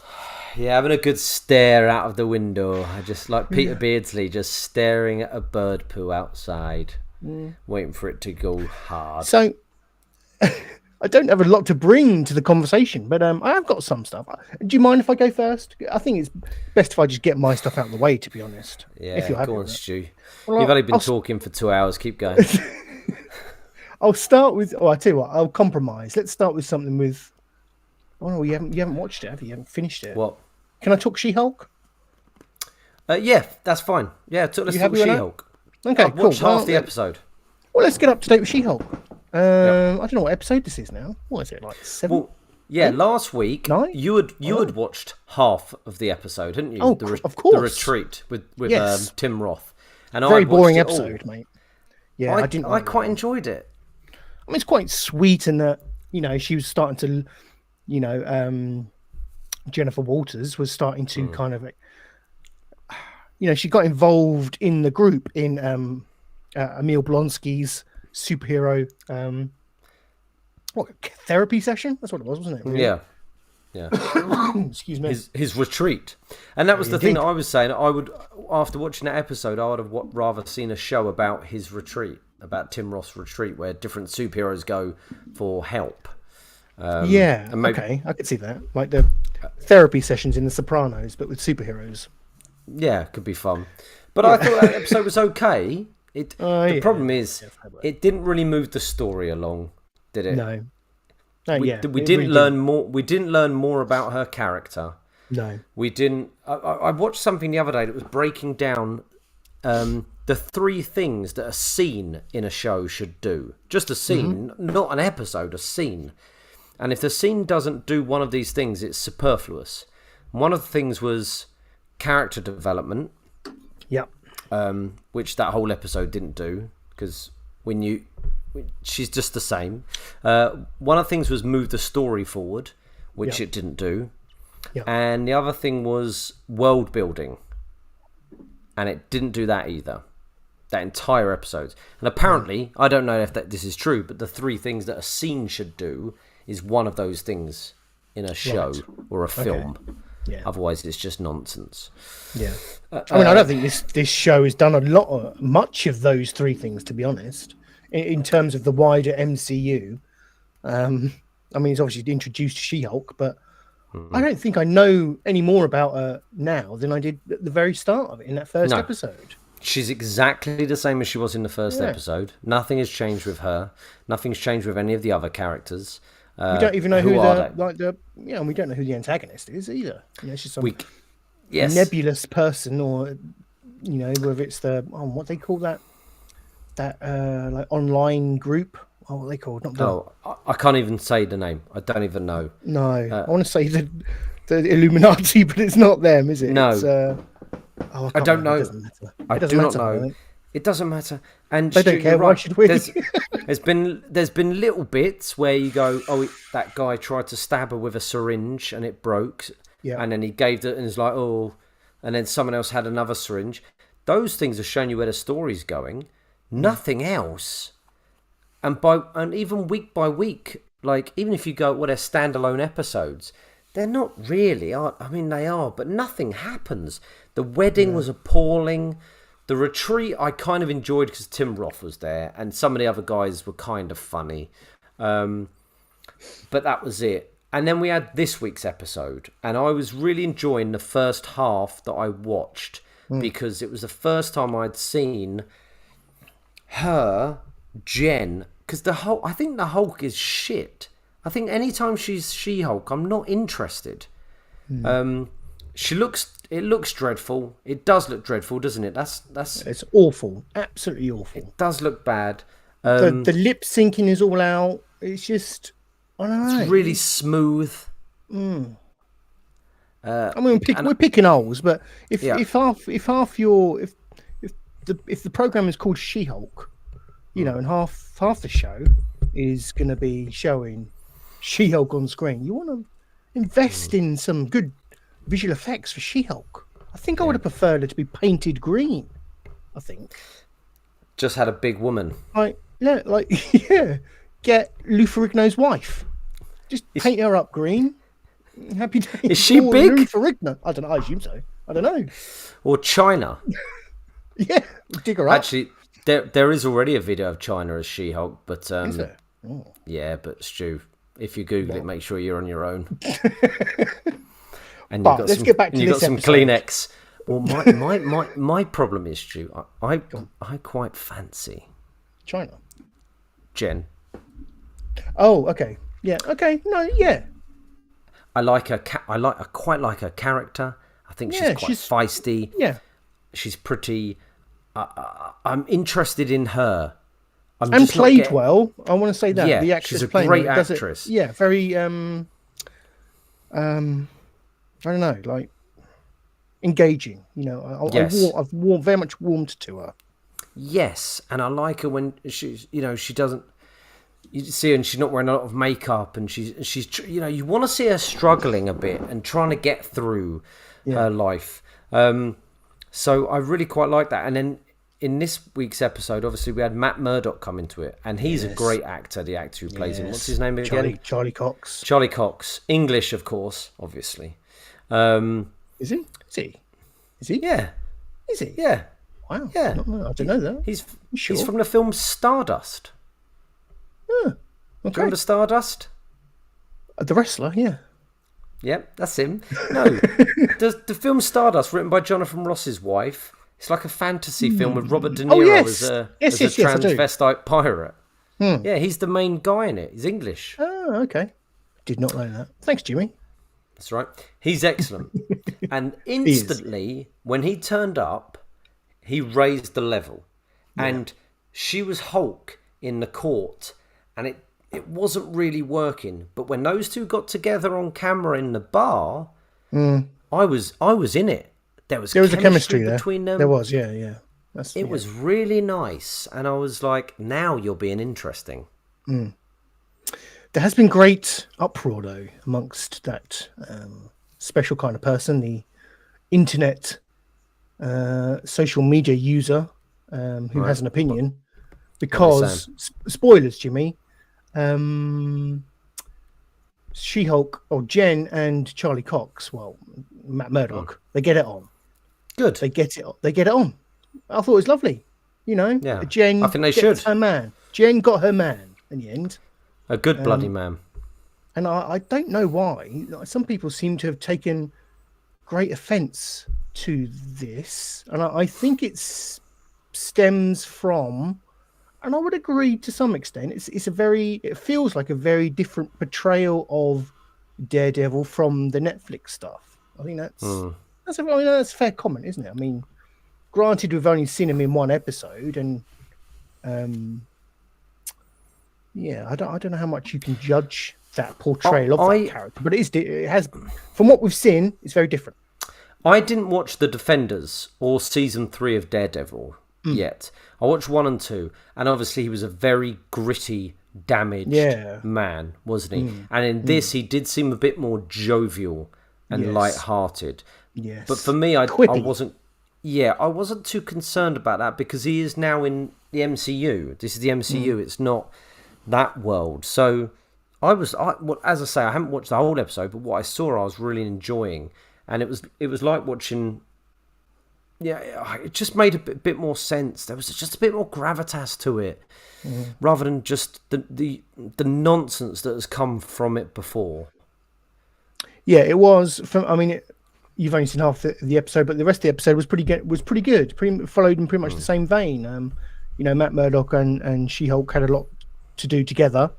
They're including some action scenes, and I don't know. It felt more like a normal piece of Marvel TV or content, if you like. There was some. It wasn't just a throwaway, almost sitcom that She-Hulk had been previously. Like, I think I mentioned Sex and the City last week. It might have been a bit extreme, but no, I don't think so. But it was less that and more. Sex and the City is good though. Well, you watched it? No, I've watched it all. No, it's good. I'm not surprised. It's good, young James. But yeah, it was. I think She-Hulk. It wasn't what I thought it was going to be at all. Sex and the City. Not at all. When I saw it in the TV Quick magazine back in the day. Yeah. Sorry, carry on. You thought She-Hulk was? I don't know what I was going to say now. But yeah, this episode was more action packed. Had more threat about. There's more threat for the two characters. It's more action orientated. It was more Marvel-y than it was. Everyone loves Raymond. Yeah, I watched someone breaking it down the other day. Just the first episode is a guy called the Critical Drinker. He's a Scotsman who reviews TV shows on YouTube, and he's very good at what he does, critiquing things. And he pretends he's always drunk. He's always drunk a lot of whiskey when he's like, so this week I watched She-Hulk, but he says very poignant stuff, so it's nice to listen to. And the way he when he spoke about the first episode, at the end of the first episode, she has this rant to her cousin, Banner Hulk, how she's always angry because she gets catcalled in the street and she doesn't know if she's going to get killed or this sort of stuff. And what he said was, during the entire first episode, you never see any of that. So when she says all that stuff, there's no sort of poignancy in it at all, because from the very first scene, she's very competent, and she belittles the man who works with her. And her and her mate are quite in charge of their lives, and she's a lawyer, and she's doing well. And he sort of says, if you would see her struggles first, like with most of these things, you want to see the characters struggle before they become great. You don't see her struggle. Her struggles are really weird. They sort of come out of nowhere. I still don't know what those struggles are, and we're 7-8 episodes into the series now. Yeah, I don't know what's the problem. What's the problem, man? That's what I don't feel like they've given a clear portrayal of what her kind of inner turmoil is in this show. In the first episode, I think it was the first episode, where the blokes surround her and they go to sort of attack her, and she goes, "Oh yeah, I'm the Hulk," and she hulks out and beats the shit out of all of them. It would have been so much better if earlier on in the episode you would have seen men try to go for her and she would have had to run away. To see her fear, to see that it's a horrible world in many places for women, and the fear that can happen, and she just gets away. And then later on at the end of the episode, she goes back to the bar as fucking She-Hulk and fucking does a number on these guys. Do you know what I mean? Just that, that growth of a character, how the Hulk is helping her, or how whatever's helping her, just the growth, the arc of the character. And as you say there, like, we don't know what she's all about, really. Well, I mean, we haven't seen that growth. They do try and kind of deal with some of those issues at the end of this episode, but it is like over a period of 5 minutes. Like, it is a brief conversation she has with Daredevil about. It's almost like with great power comes great responsibility type moment.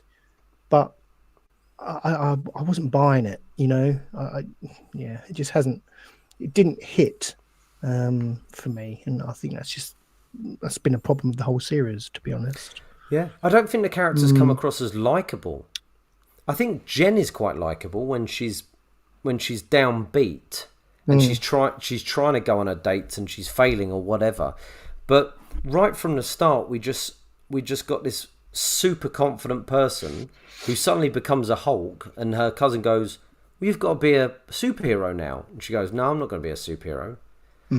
Like, I don't know why that's likable. I'm just going to go off and be a lawyer and twerk with this singer. Like, what? Yeah. I don't think that's likable, right? You know, I know you get reluctant superheroes, but not Hulks. And all the issues that Banner went through as a Hulk, like years and years of hiding and everything. Whereas in this, she just suddenly became a Hulk, and she's like, "I'm just going to go back to my life, and I'll just be." It's kind of weird. It's kind of weird. One interesting thing I will raise is, you know, when she became the Hulk, she was fully in control of it, wasn't she? You know, from day one. Whereas Banner had to kind of learn to control it. Yeah.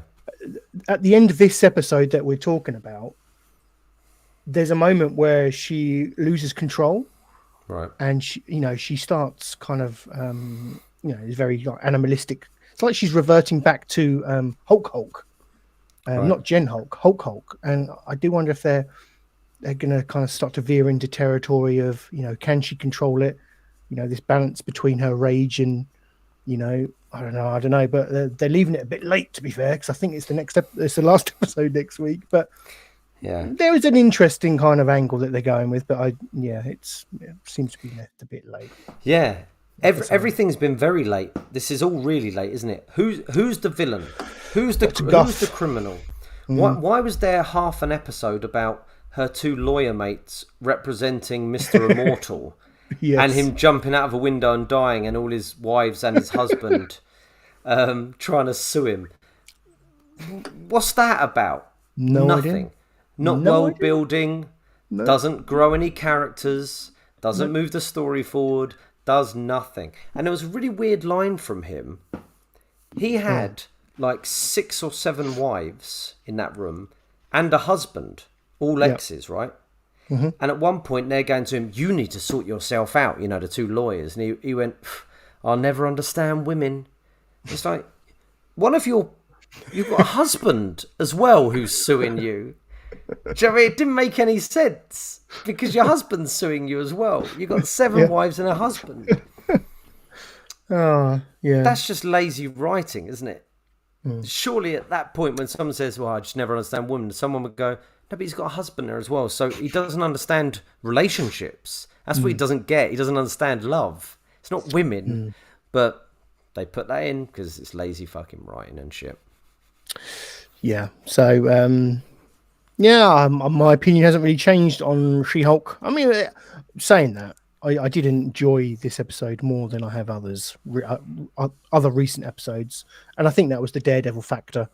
I think the show has been better when there's been another element brought into it, whether that is Banner, whether that is Daredevil, whether that's there's been another one, isn't there? There was another one Didn't someone else come in? Wong, Wongers, yeah. Tim Roth. Tim Roth, that was who I was thinking of. Yeah, I think it's the actors, the acting. It's giving her someone to work with who's good because she's good. She's great. So when there's and I guess they're more well-rounded characters, more already, and we do know them from other films, we do know them from other shows. So is that fair? Because we've had more of a chance to know them. But I don't know, just Possibly. the acting sort of elevated it, I think, from her and Charlie Cox. Yeah. Well, I guess we're focused on that and not like the piss poor story that's around it. You know, there's a lot, at least there's something you can gain some enjoyment from if it's like the interplay between the two characters. If the grander story is shite. Also, every man in it, up till now, has been an idiot. Every man. Maybe Tim Roth not. But no, he's an idiot, isn't he? He's an idiot. He's an idiot. Wong's watching Sopranos with the loud girl, Mr. Immortal, her business colleague, her boss who's a dick. The sleazy fella who loves She-Hulk. All of the dates she goes on. Yeah. Yeah, all of the dates. The guy with the spear, I liked him. He was funny. You're right though. Even the guy who makes the costumes is a dick. Every bloke has just been a fucking plonker. Leapfrog in this episode. Leapfrog, another plonker. Yeah. And then you had a couple of the women who were her mates, but they've been a bit of plonkers as well. I don't think anyone's been interesting or realistic to get behind, apart from Jen. I don't think She-Hulk has been interesting to get behind. I think Jen's the only thing that's been interesting to get behind. There we go. That's our pithy thoughts on She-Hulk episode something. I think 7, 9, 7, 6. Who knows? Who knows at this point? Who cares? But that's pretty much what I've been watching. I have been watching The Servant, which is an Apple TV Plus production. I can't remember if I mentioned this. This is what The Rock recommended to you. It was. Did I say serpent? I meant servant. No, you said servant. Yeah.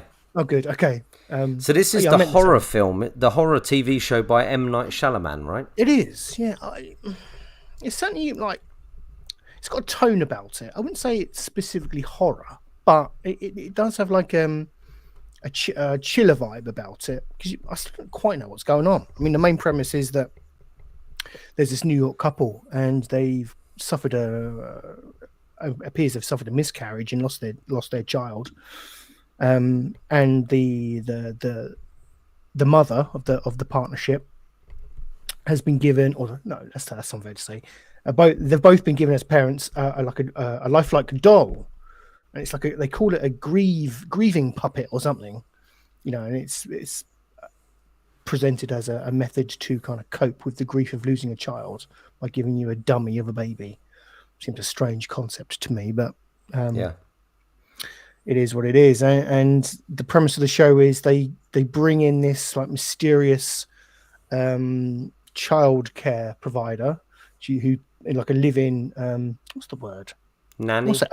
Nanny. I was going to say au pair, but I have other images when I say au pair. But they bring in a nanny from outside who's there to look after the child, and the child just comes alive one day, and it's kind of, you know, we're seeing this family kind of react to that very strange set of circumstances. Very mysterious, very moody, very well shot. You know, the direction, it looks beautiful as well. Very, you know, very autumnal. I think it's set in Philadelphia. I don't think it's New York actually. I think it's Philadelphia. I could be wrong, but very, very evocative kind of setting and direction from M. Night Shyamalan, and I don't quite know where it's going, but it's very engrossing. Very engrossing. I'm only like 4 or 5 episodes in, and I think if you like Shyamalan stuff, I think it's very much of his style. You know, he's not given a lot away. It does feel like there's a greater, grander kind of mystery there to be revealed.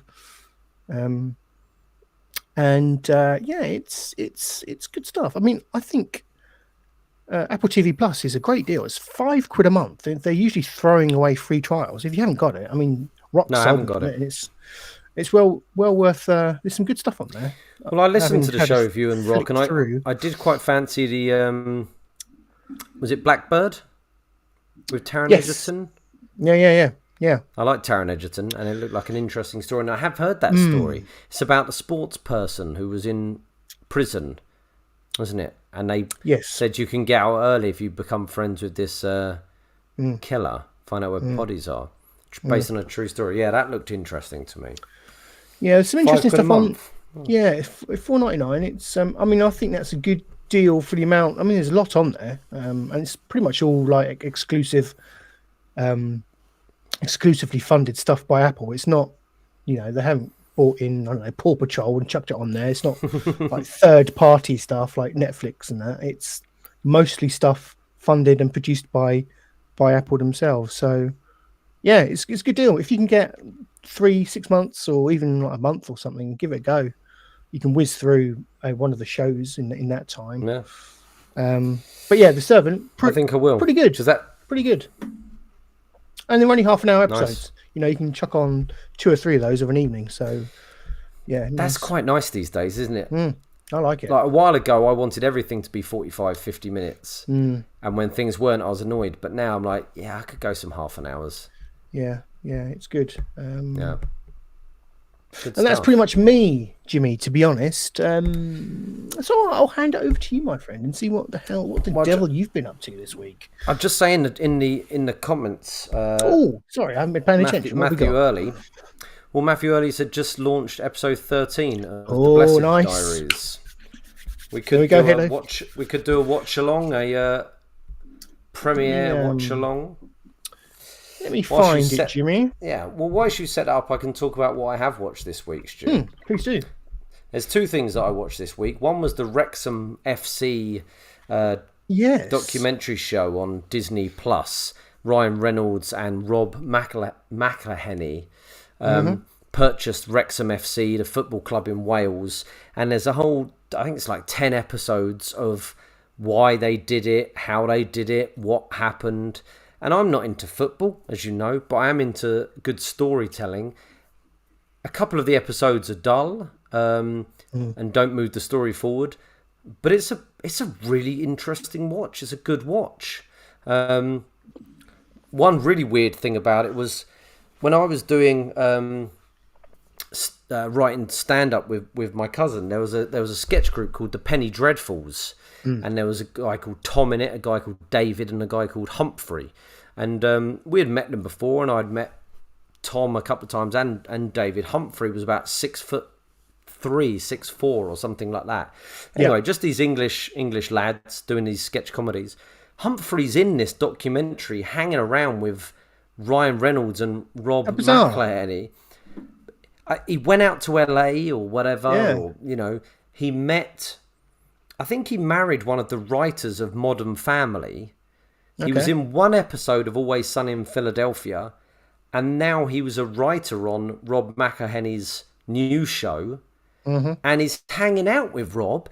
And Rob met Ryan Reynolds on Twitter. They had never met, but they bought the football team before meeting in person. They became friends on Twitter, and suddenly the 3 of them together, and fucking Humphrey from. He's the CEO of Wrexham City Football Club because they needed someone with an English or a British passport to have that, and it's so weird because I never met. I think I maybe met Humphrey once. I don't know him. I know the other 2 a little bit better, but it was so weird. Jammy Luck has got him into this fucking world. He's walking along with Ryan Reynolds. It's so bizarre. But could be me. Could have been me. I don't want to be out there. Not me. LA. You, obviously. I don't want that shit. Yeah, you wouldn't fit in. It's an interesting show. It's a good show. You get to know a lot about the people of Wrexham. The only thing that weirded me about it was you see Rob and Ryan's houses quite a lot. And then you see where the people are living in Wrexham. And you see them going, yeah, we really care about the people of Wrexham. And I think they do. Genuinely, I think they do care. I feel uneasy about this, but you go on. Go on. I think Rob does a bit. I think he likes the idea of... I think they like the idea of helping. And, getting that altruistic sort of feeling from it. But ultimately, you are seeing them in these houses and then the shitholes of Wrexham. And I don't think it paints them out hugely well. Ryan Reynolds is ridiculous. He's too good looking and friendly and funny and quick. Like, it's crazy. I defy any woman to spend time with him and not fall in love with him, or any gay man. You know, you're just like, this is incredible. Like, he's like what he says is like it's been scripted in a film. You know, it's very good. Yeah, it's a good watch. I do recommend watching it. Really good fun. Disney Plus. I'd be interested in like the lineage of where this show came in the thoughts of them both. I mean, right from the beginning. But what feeds into the other? So, did they think of this show and think, right, we need a down on their luck football team and to pump some money because it'll make a great show, or did they have these altruistic kind of intentions to? Well, I mean, why pick Wrexham? Is this explained in the show? Rob from Always Sunny in Philadelphia, creator of that and Mythic Quest, he talks about it and how growing up he was pretty poor. He didn't come from money, and he loves the Philadelphia Eagles. Loves them, and the city of Philadelphia loves the Philadelphia Eagles. And Philadelphia Eagles won the World Series a couple of years back, and he said it's like the fourth best day of his life after kids and getting married. You know, it's like it was incredible, and and incredible for the city, and it was such. You know, he grew up loving them. It was such a joy. All of this stuff, and you believe all that. And he says how he learnt about football and how you have the different leagues and how going up a league can make or break a team. Yeah. You know. Yeah. And once he learnt about it, he thought that's really interesting, and he started looking into it. And then I think he thought, maybe I could buy a cheap team because how much could they cost? And then I think he's got Humphrey with him, telling him who who's about. Fucking worm tongue in his ear, jammy 6'6" bastard. And then he realizes that he doesn't have enough money to buy a team, and he says, "I realized I need Hollywood actor money. Actually, I realized I need superhero actor money. Actually, I realized I need superhero actor, gin mogul, security software money." And reached out to Ryan Reynolds, and Reynolds, for some reason, went, "Yeah, they don't make money from it. They don't." And then, I think obviously they'd go at that point. We can make a TV show about this as well. So that's, I guess, how they'll recoup their money. But it's a good show. I'm intrigued as to like the reasoning behind it, and I think that's what I'd quite like to watch. But I don't know. I think there's just an element in me of why could it not be Colchester? I think I'm just a bit jealous. That would be great. The pluck to Wrexham. They've chosen Wrexham for some unknown reason. Fair play to Wrexham. But yeah, it's an interesting story. I'm just dubious of the reasons behind it, or the motives. Yes.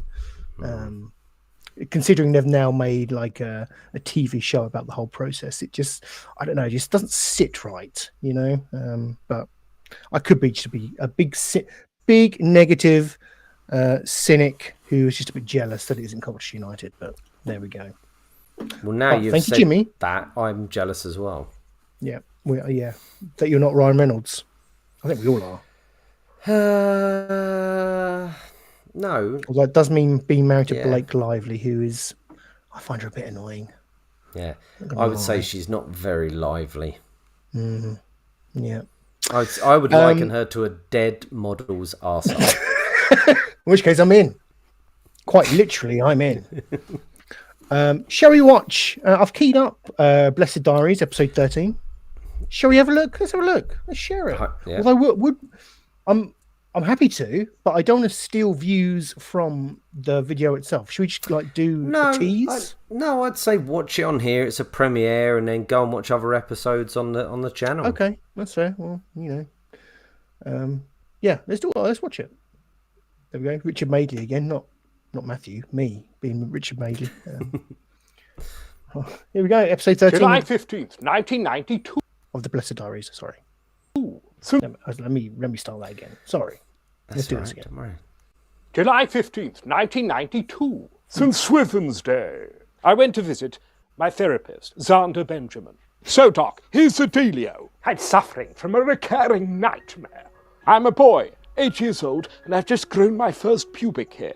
I remember being so proud of that 12-inch string that I ran around the house wearing nothing but Christmas socks, twanging it like a banjo. I even sang a little ditty, much to the amusement of my mother and all her friends, except Aunt Thomasina, who's been bald as a coot, upstairs and down, since the age of 27. Suddenly, Aunt Thomasina leaps to her feet and grabs my mighty tendril, pulling her towards me like a cowboy hauling in a bull. It's at this point that I start to suffer from uncontrollable flatulence, blasting out gaff after gaff. Mommy's friends all start to scream, "Stop, Brian, stop, you're killing her!" And suddenly, she goes all limp and falls to the ground. I wake up. It's the same every night. And I cannot go back to sleep until I've devoured my Marmite and baked bean toasty. And have watched every episode of Stars in Their Eyes. With Kelly, of course. Never Dealey. At this point, I realise this man isn't my therapist. It's my good friend Ronnie Corbett. So I says to Brian, Bri, in my medical opinion, That's a brilliant Corbett. And I prescribed 2 pina coladas at the bar at the BBC. Ronnie. That was a good Corbett. Yeah, very good Corbett. I hate pina coladas. Ronnie Corbett. July 15th. There you go. Excellent. In fact, yeah, that deserves a. Let's give you a reaction. Let's give you a clap one. Yeah, it's a nice one. That one. It's a bit of a different one with the dream. Good editing. Good editing. Yeah, Tim did a great job on that. Tim Downey, friend of the show. Yeah, did a great job. Friend of the show. And my cousin does a lot of really good impressions, but the Blessed's always been the one that we do. But when we wrote that, at the end, I said, Ronnie Corbett, and he was like, "Oh, do we want it to become an impression show?" I was like, "Well, yes, I don't know, but it's a good Ronnie Corbett," and he did it, and yeah. So the Halloween special's got 2 more impressions in it. Well, get over to the real Matthew Early on YouTube. Go give him a subscription. Go like his videos. And give the boy some love, because a very talented fellow, very talented group of people involved. So that's the real Matthew Early on YouTube. Go check it out. Anything else you've watched this week, Jimmy? Yeah, I'll just talk quickly. I know we're running on, but I watched. Me and the wife watched a film, Amazon Prime original, I think, called My Best Friend's Exorcism. Oh, okay. It's obviously come out because it is Halloween season. 'Tis the season. Tis based on a book, which my wife had read. She said she really enjoyed the book. Mm-hmm. It's set in the 80s, and the cover of the book, it looks like a VHS tape. And me and the wife love the 80s, we do. Mm-hmm. And the film is set in the 80s. It's about a girl and her best friend. They've got 2 other friends, and they go on a little trip to a cabin in the woods. And something happens. Yep. Something happens, and maybe one of them gets possessed. Maybe she does. Maybe she doesn't. But I'd say it's a mixture of Mean Girls, which is a brilliant film. Mean Girls. Love it. Love it. Yeah. Seddon, if you're listening, one of Seddon's favourite films.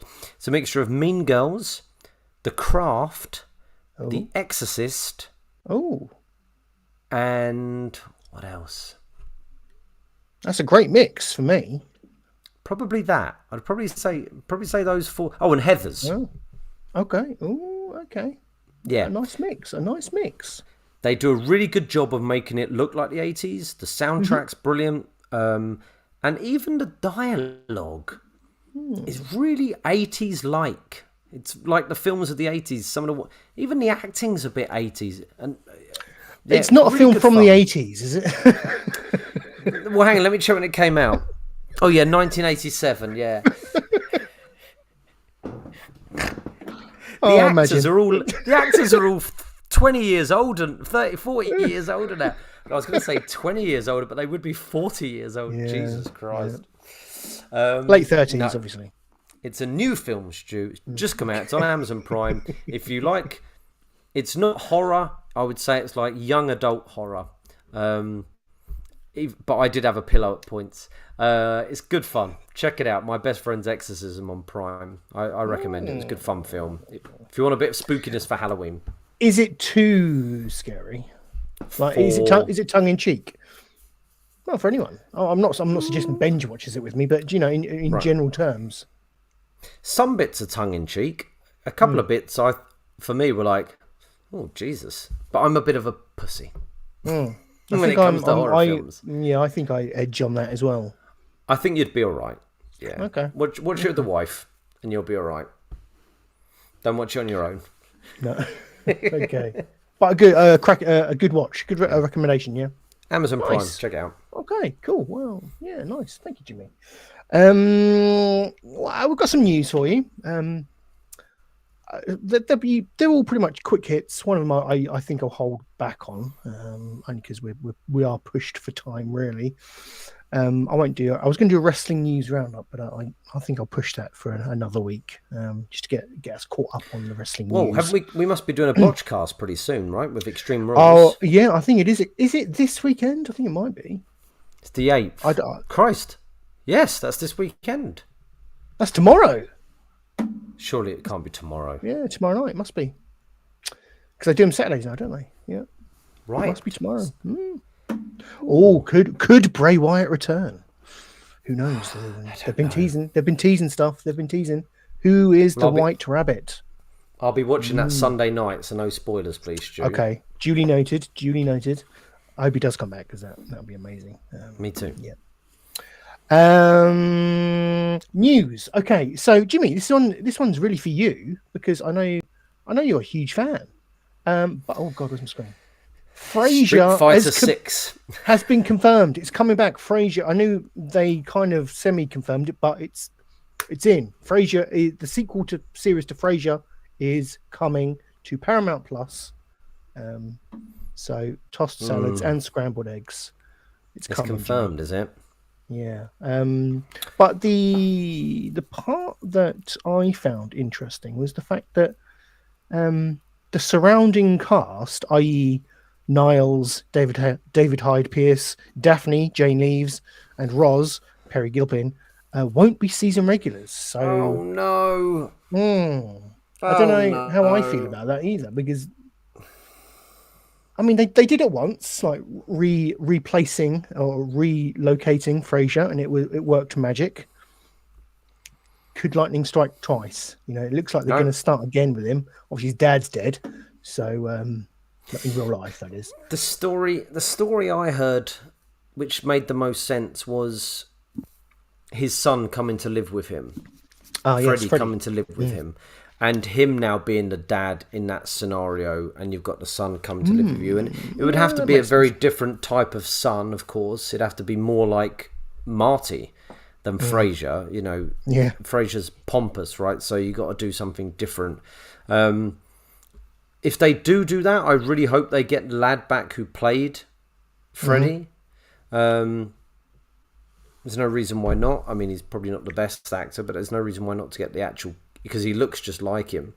But they are not going to be able to replace those characters. Yeah, the upcoming show will feature a new cast of characters, people who are a big part of Frasier's new life. Oh no, it's going to be shit. I am worried. I'm worried. Who's writing? Who's writing? I don't think it's Chris Harris and Joe Cristalli. I don't recognise those names. I'll tell you what. Let's I'll get those names up. It's IMDb those bad boys. Right, what were the names? What we got? We've got Chris Harris. Yep. And HARRIS. Joe Chris. Yeah, and Joe Cristalli, which is CRSTALLI. I am really worried about this now because I've seen others. Because Kelsey Grammer, which a lot of people don't know, has done other sitcoms, and they've been shockingly bad. He did a show called The Boss, which did really well. And I watched a bit of that where he was a governor and he was a real arsehole in it. And that was excellent. This can't be the same Chris Harris because it's somebody who's been on A Question of Sport and Top Gear. Gotta hope it's not. It's him. It's the right one. No, try. I do. Try the other one. Try the Joe Cristalli. That's that's a more JoeCristalli. Okay, writer of Perfect Harmony. No idea what that is. No. How I Met You. Writing. He wrote How I Met Your Mother. He did some Conan. Not Conan the Barbarian. Conan the chat show. Conan the presenter. Do it now. Raising Hope. And he wrote. He is right on the Tonight Show with Conan O'Brien and just Conan. Did he write on Frasier? Because that's ideally what we want, isn't it? Yeah. No, he didn't. Sadly not. Life in Pieces, Perfect Harmony, Acapulco, The Best of Times, Maggie, and Frasier, the new Frasier. So, CBS Studios is producing with Grammer's own production company, Gramnet. Gramnet. It's a complete vanity project by the sounds of things. Which is fair enough, God. I suppose, but it doesn't bode well, does it? So the last time we saw Frasier, he was getting off a plane to see his girlfriend, Charlotte, played by Laura Linney, who's a wonderful actress. It's currently unknown whether Linney is involved in a new series or whether Frasier has even remained in Chicago. So for now, we'll have to... Frasier ended very well. It peaked at season 4 and 5, but it carried on being strong all the way through to the end. Yeah. But... my God, I'm concerned. Yeah, some concerning factors, certainly, Jimmy. Yeah, but does it? I've taken it down. Does it say when it's coming out? I can't. I've lost the story now. Oh, never mind. I'm not sure we want to know. To be fair. Also, that style of sitcom with the canned laughter and the audience is sort of dead, isn't it? Yeah. Yeah, it's dead. I think the last show to do that was like us. I think the last show to do that was The Big Bang Theory in America. Like the last American sitcom to do that was The Big Bang Theory. Everything else is that like one camera stuff, like Curb, Modern Family, or American Office. That things with a laughter track now seem really dated, don't they? They do, yeah. Yeah. It's like a foreign concept. You kind of want... I don't know, it's like we've moved on to more reality-based comedy. Yeah. So because reality is just so fucking bizarre at the moment. But so if you're going to do a Frasier comeback, what, you're going to change it up completely with no... I don't know, perhaps that could work, couldn't it? I think that's one way of freshening it up a bit. Yes, I think you have to do that. Because if you try and do the same thing, I just can't see it working. Because it's all... What's terrible in those things is when the jokes aren't funny enough to get the laughs they get. That's when it doesn't work, isn't it? Yeah. Frasier, usually the jokes were good enough to get those laughs. Oh, yeah. Because there was an audience there and it was great. But fucking Americans will laugh at anything. I'm really worried. Yeah. But... you never know, Jimmy. There could be hope. I hope so. I've got nothing to give you for that hope. It's just it's blind hope, really, to be honest with you. But hope there may be. Okay. Were you yawning there? Yeah. Sorry, it's been a long week. It's fine. I'd rather they did a film. I'd rather they did a film. I've got some Lego news for you, James. Yes. Lego announced a little mini foosball table. Look at that. That's cool. Look at that. They launched there was a massive advertising campaign with Thierry Henry and Marcus Rashford. Probably two names you don't know. You must know Thierry. Of course, I know Henry, the French player who played for Arsenal. Indeed, yeah. And then Marcus Rashford, famous English, social justice warrior. Yeah, yeah, English football player who got lunches for kids, right? Exactly. Yeah, spot on, Jimmy. Spot on. And I'm a football. But this looks great. This is a Lego idea. So these Lego ideas, forgive the ad. They are so Lego. There's a website that people can submit their own ideas for Lego sets, and then Lego people vote on them. It's like crowdfunding almost. So people submit these ideas, people vote on them, and then Lego take the most popular ones and try and, form them, design them into an actual sellable product. And this is one such idea where somebody submitted a design for it. Wasn't an 11v11 foosball. It was a full size foosball table, but that's a terrible picture. Sorry. But Lego have rejigged it into I think is it a 5-on-5?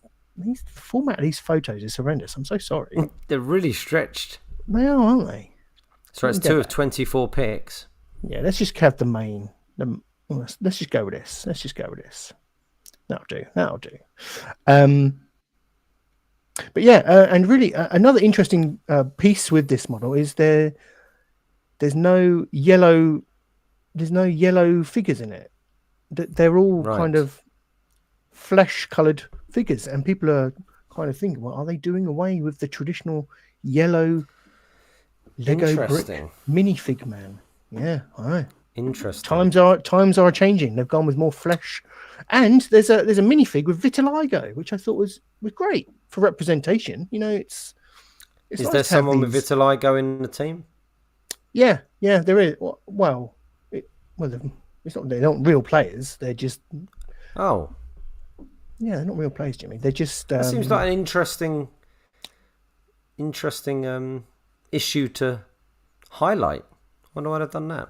I haven't got a problem with it. No, I wonder if I don't know why they chose vitiligo. Perhaps it's just they're trying to reach out and be a bit more representative of the people that play with the products. Yeah, nice. I don't know what the statistics are for people with vitiligo, but it's people clearly have that condition, and it's I think it's quite nice to see something like that.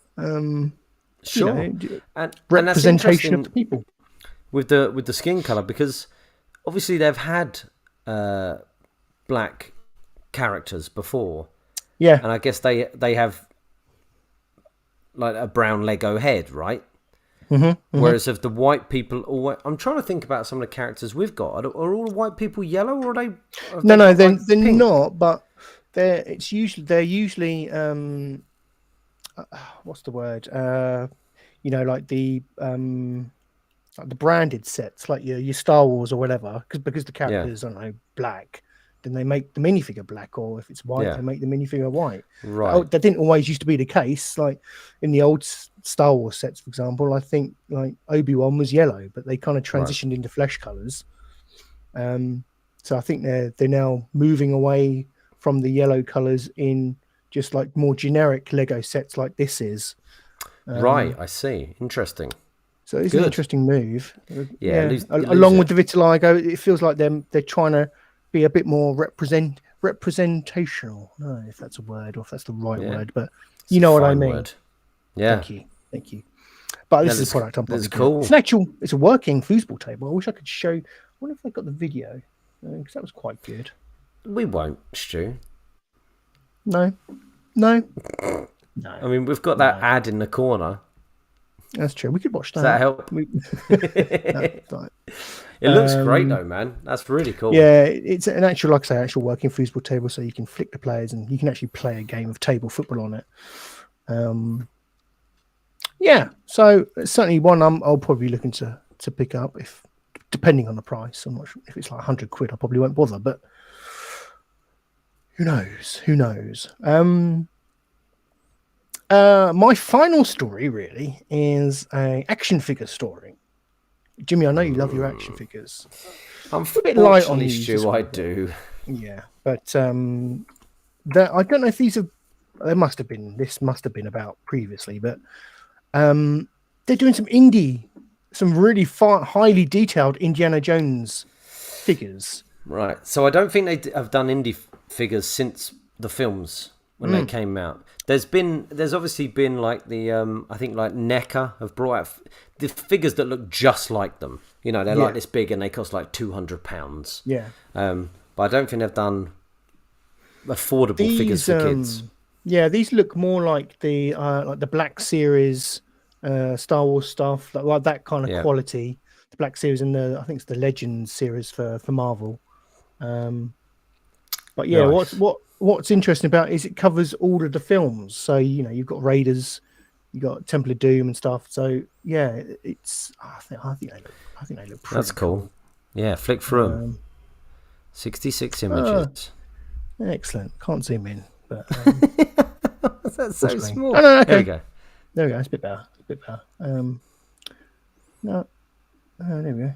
Can I just want to flick through the pictures? Come on, IGN. Oh, there we go. Here we go. The Adventure series. Whether this is like the indie version of the Black Series kind of thing, I don't know. But they do. You get a holy. You get the Ark of the Covenant. Look at that. Nice. Good packaging. But that's a good figure. That's a good figure.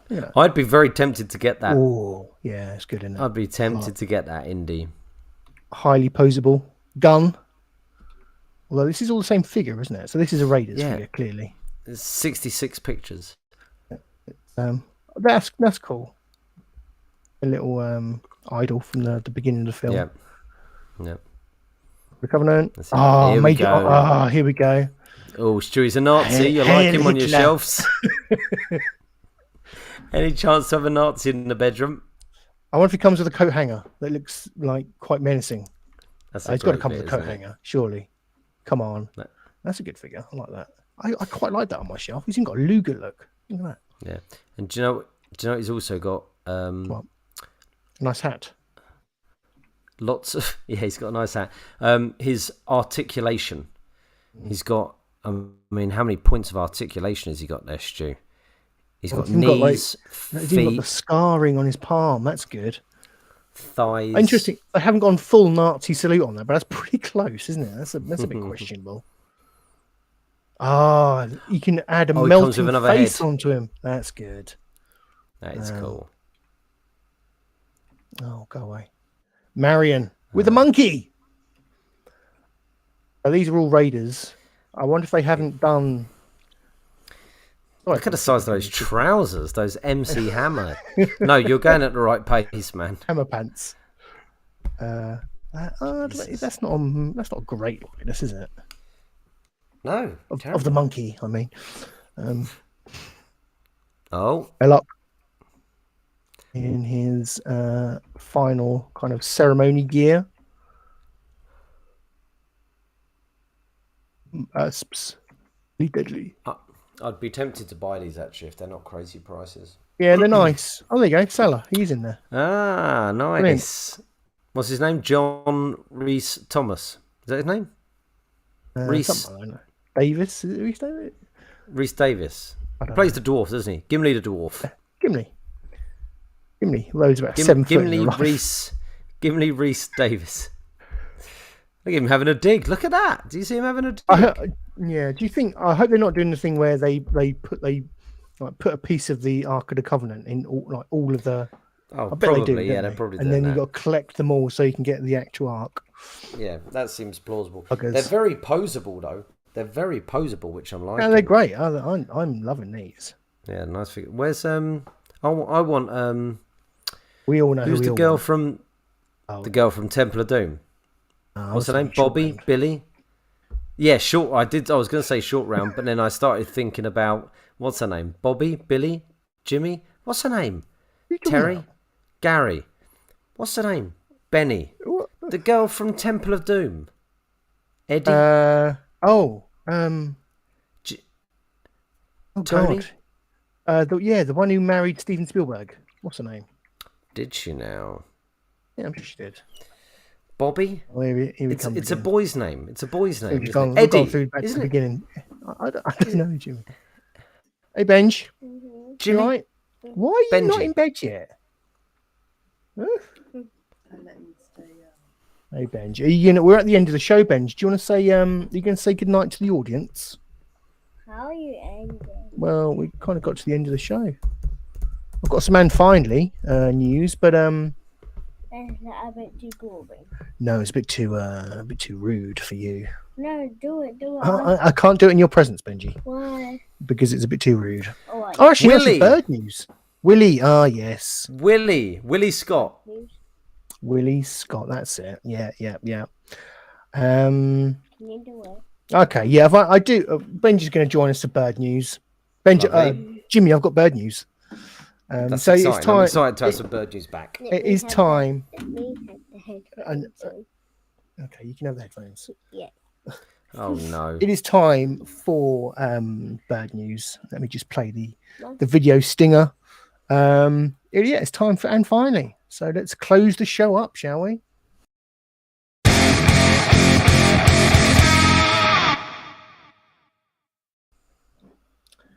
Right, let me just copy the link address.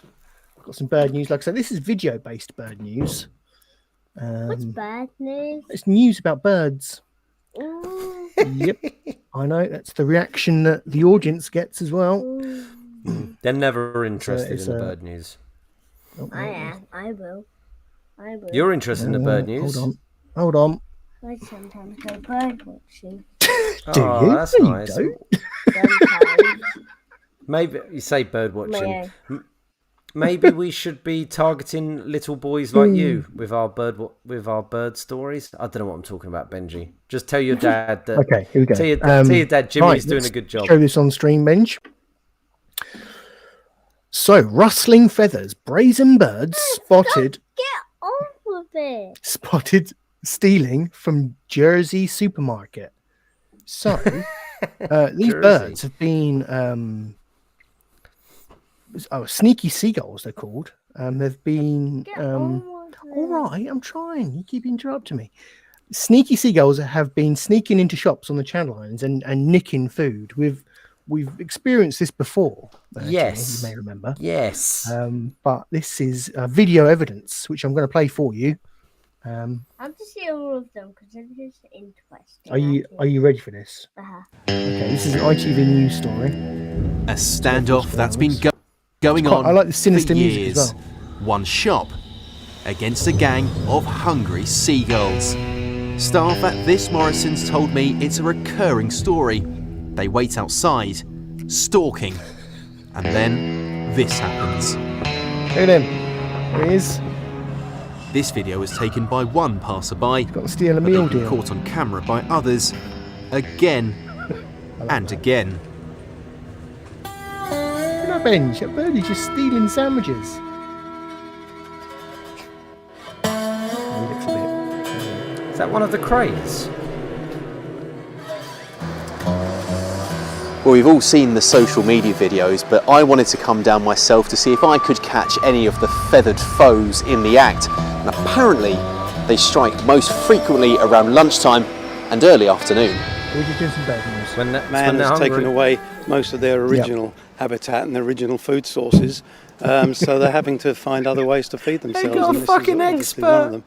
So it must be a learnt behaviour, but how they've learnt it is just down to their That's a big fat one. cleverness, really. We didn't manage to catch a theft on camera today. I suspect it's because they knew I was onto them. But we've seen enough evidence of their crimes, and they didn't have much to tell What's the me next in one, their Becky? defence. What's the next one? Video. Do you have anything that you This want to is the say only to one, our mate. viewers? It's the only one. After this, we close Their the show silence down. says it all. It's also common enough that nearly every shopper we grabbed had seen it happen themselves. He knows what he's going in to get, put it that way. It's not just anything you go in and grab. They'll take ice cream cones out of your hand. They'll take your pasties. Grabbed a sandwich ran outside, started to open it and eat it, and the shop assistant came running out to chase it, and it just grabbed it and flew off. It was so funny. British news. So, as the store hasn't yet found a solution to their grapple with the girls, the standoff that's been happening for years goes on. There we go. Phil Welbrook, ITV News. This is shocking. Benji, can your dad have his headphones back, please? Just for a second. Can your dad have his headphones back? Stay with us, though, Benj. I am. Sorry, Stu, yes, you can. Yes. That was amazing, first off. Thank you. Yep. Secondly, yep. ITV News Mhm. have stolen our fucking bit. I know. I know. What did he say? ITV News has stolen our bit. Bird news. They're doing bird news now. I'm telling you. They're doing bird news. We need to bring it back. Bring it back. That was the best. That's what we've been waiting for. That's what we've been waiting for. We've gone mainstream. Right. Oh, Benji, can I just... my God. Let me at least have one earphone. When you unplug them... Okay. Oh. Well, it's going to be a bit hard Stu to can't hear me wrap now. the show up, but... Stu, unplug them. Unplug it. Benj, let me have the hit. Benj. Have one headphone. Stu, just unplug the headphones and have the sound come out your speakers. Oh, yeah. Benj, let me just have them for 5 minutes. Sorry. Oh, we're all tangled up. Oh, it's the whole thing.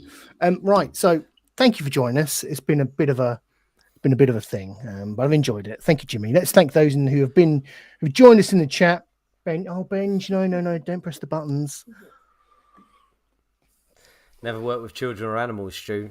No. Never worked with Benjis or seagulls. And this one's both, to be honest. The beast. Right. Let's thank those in the chat.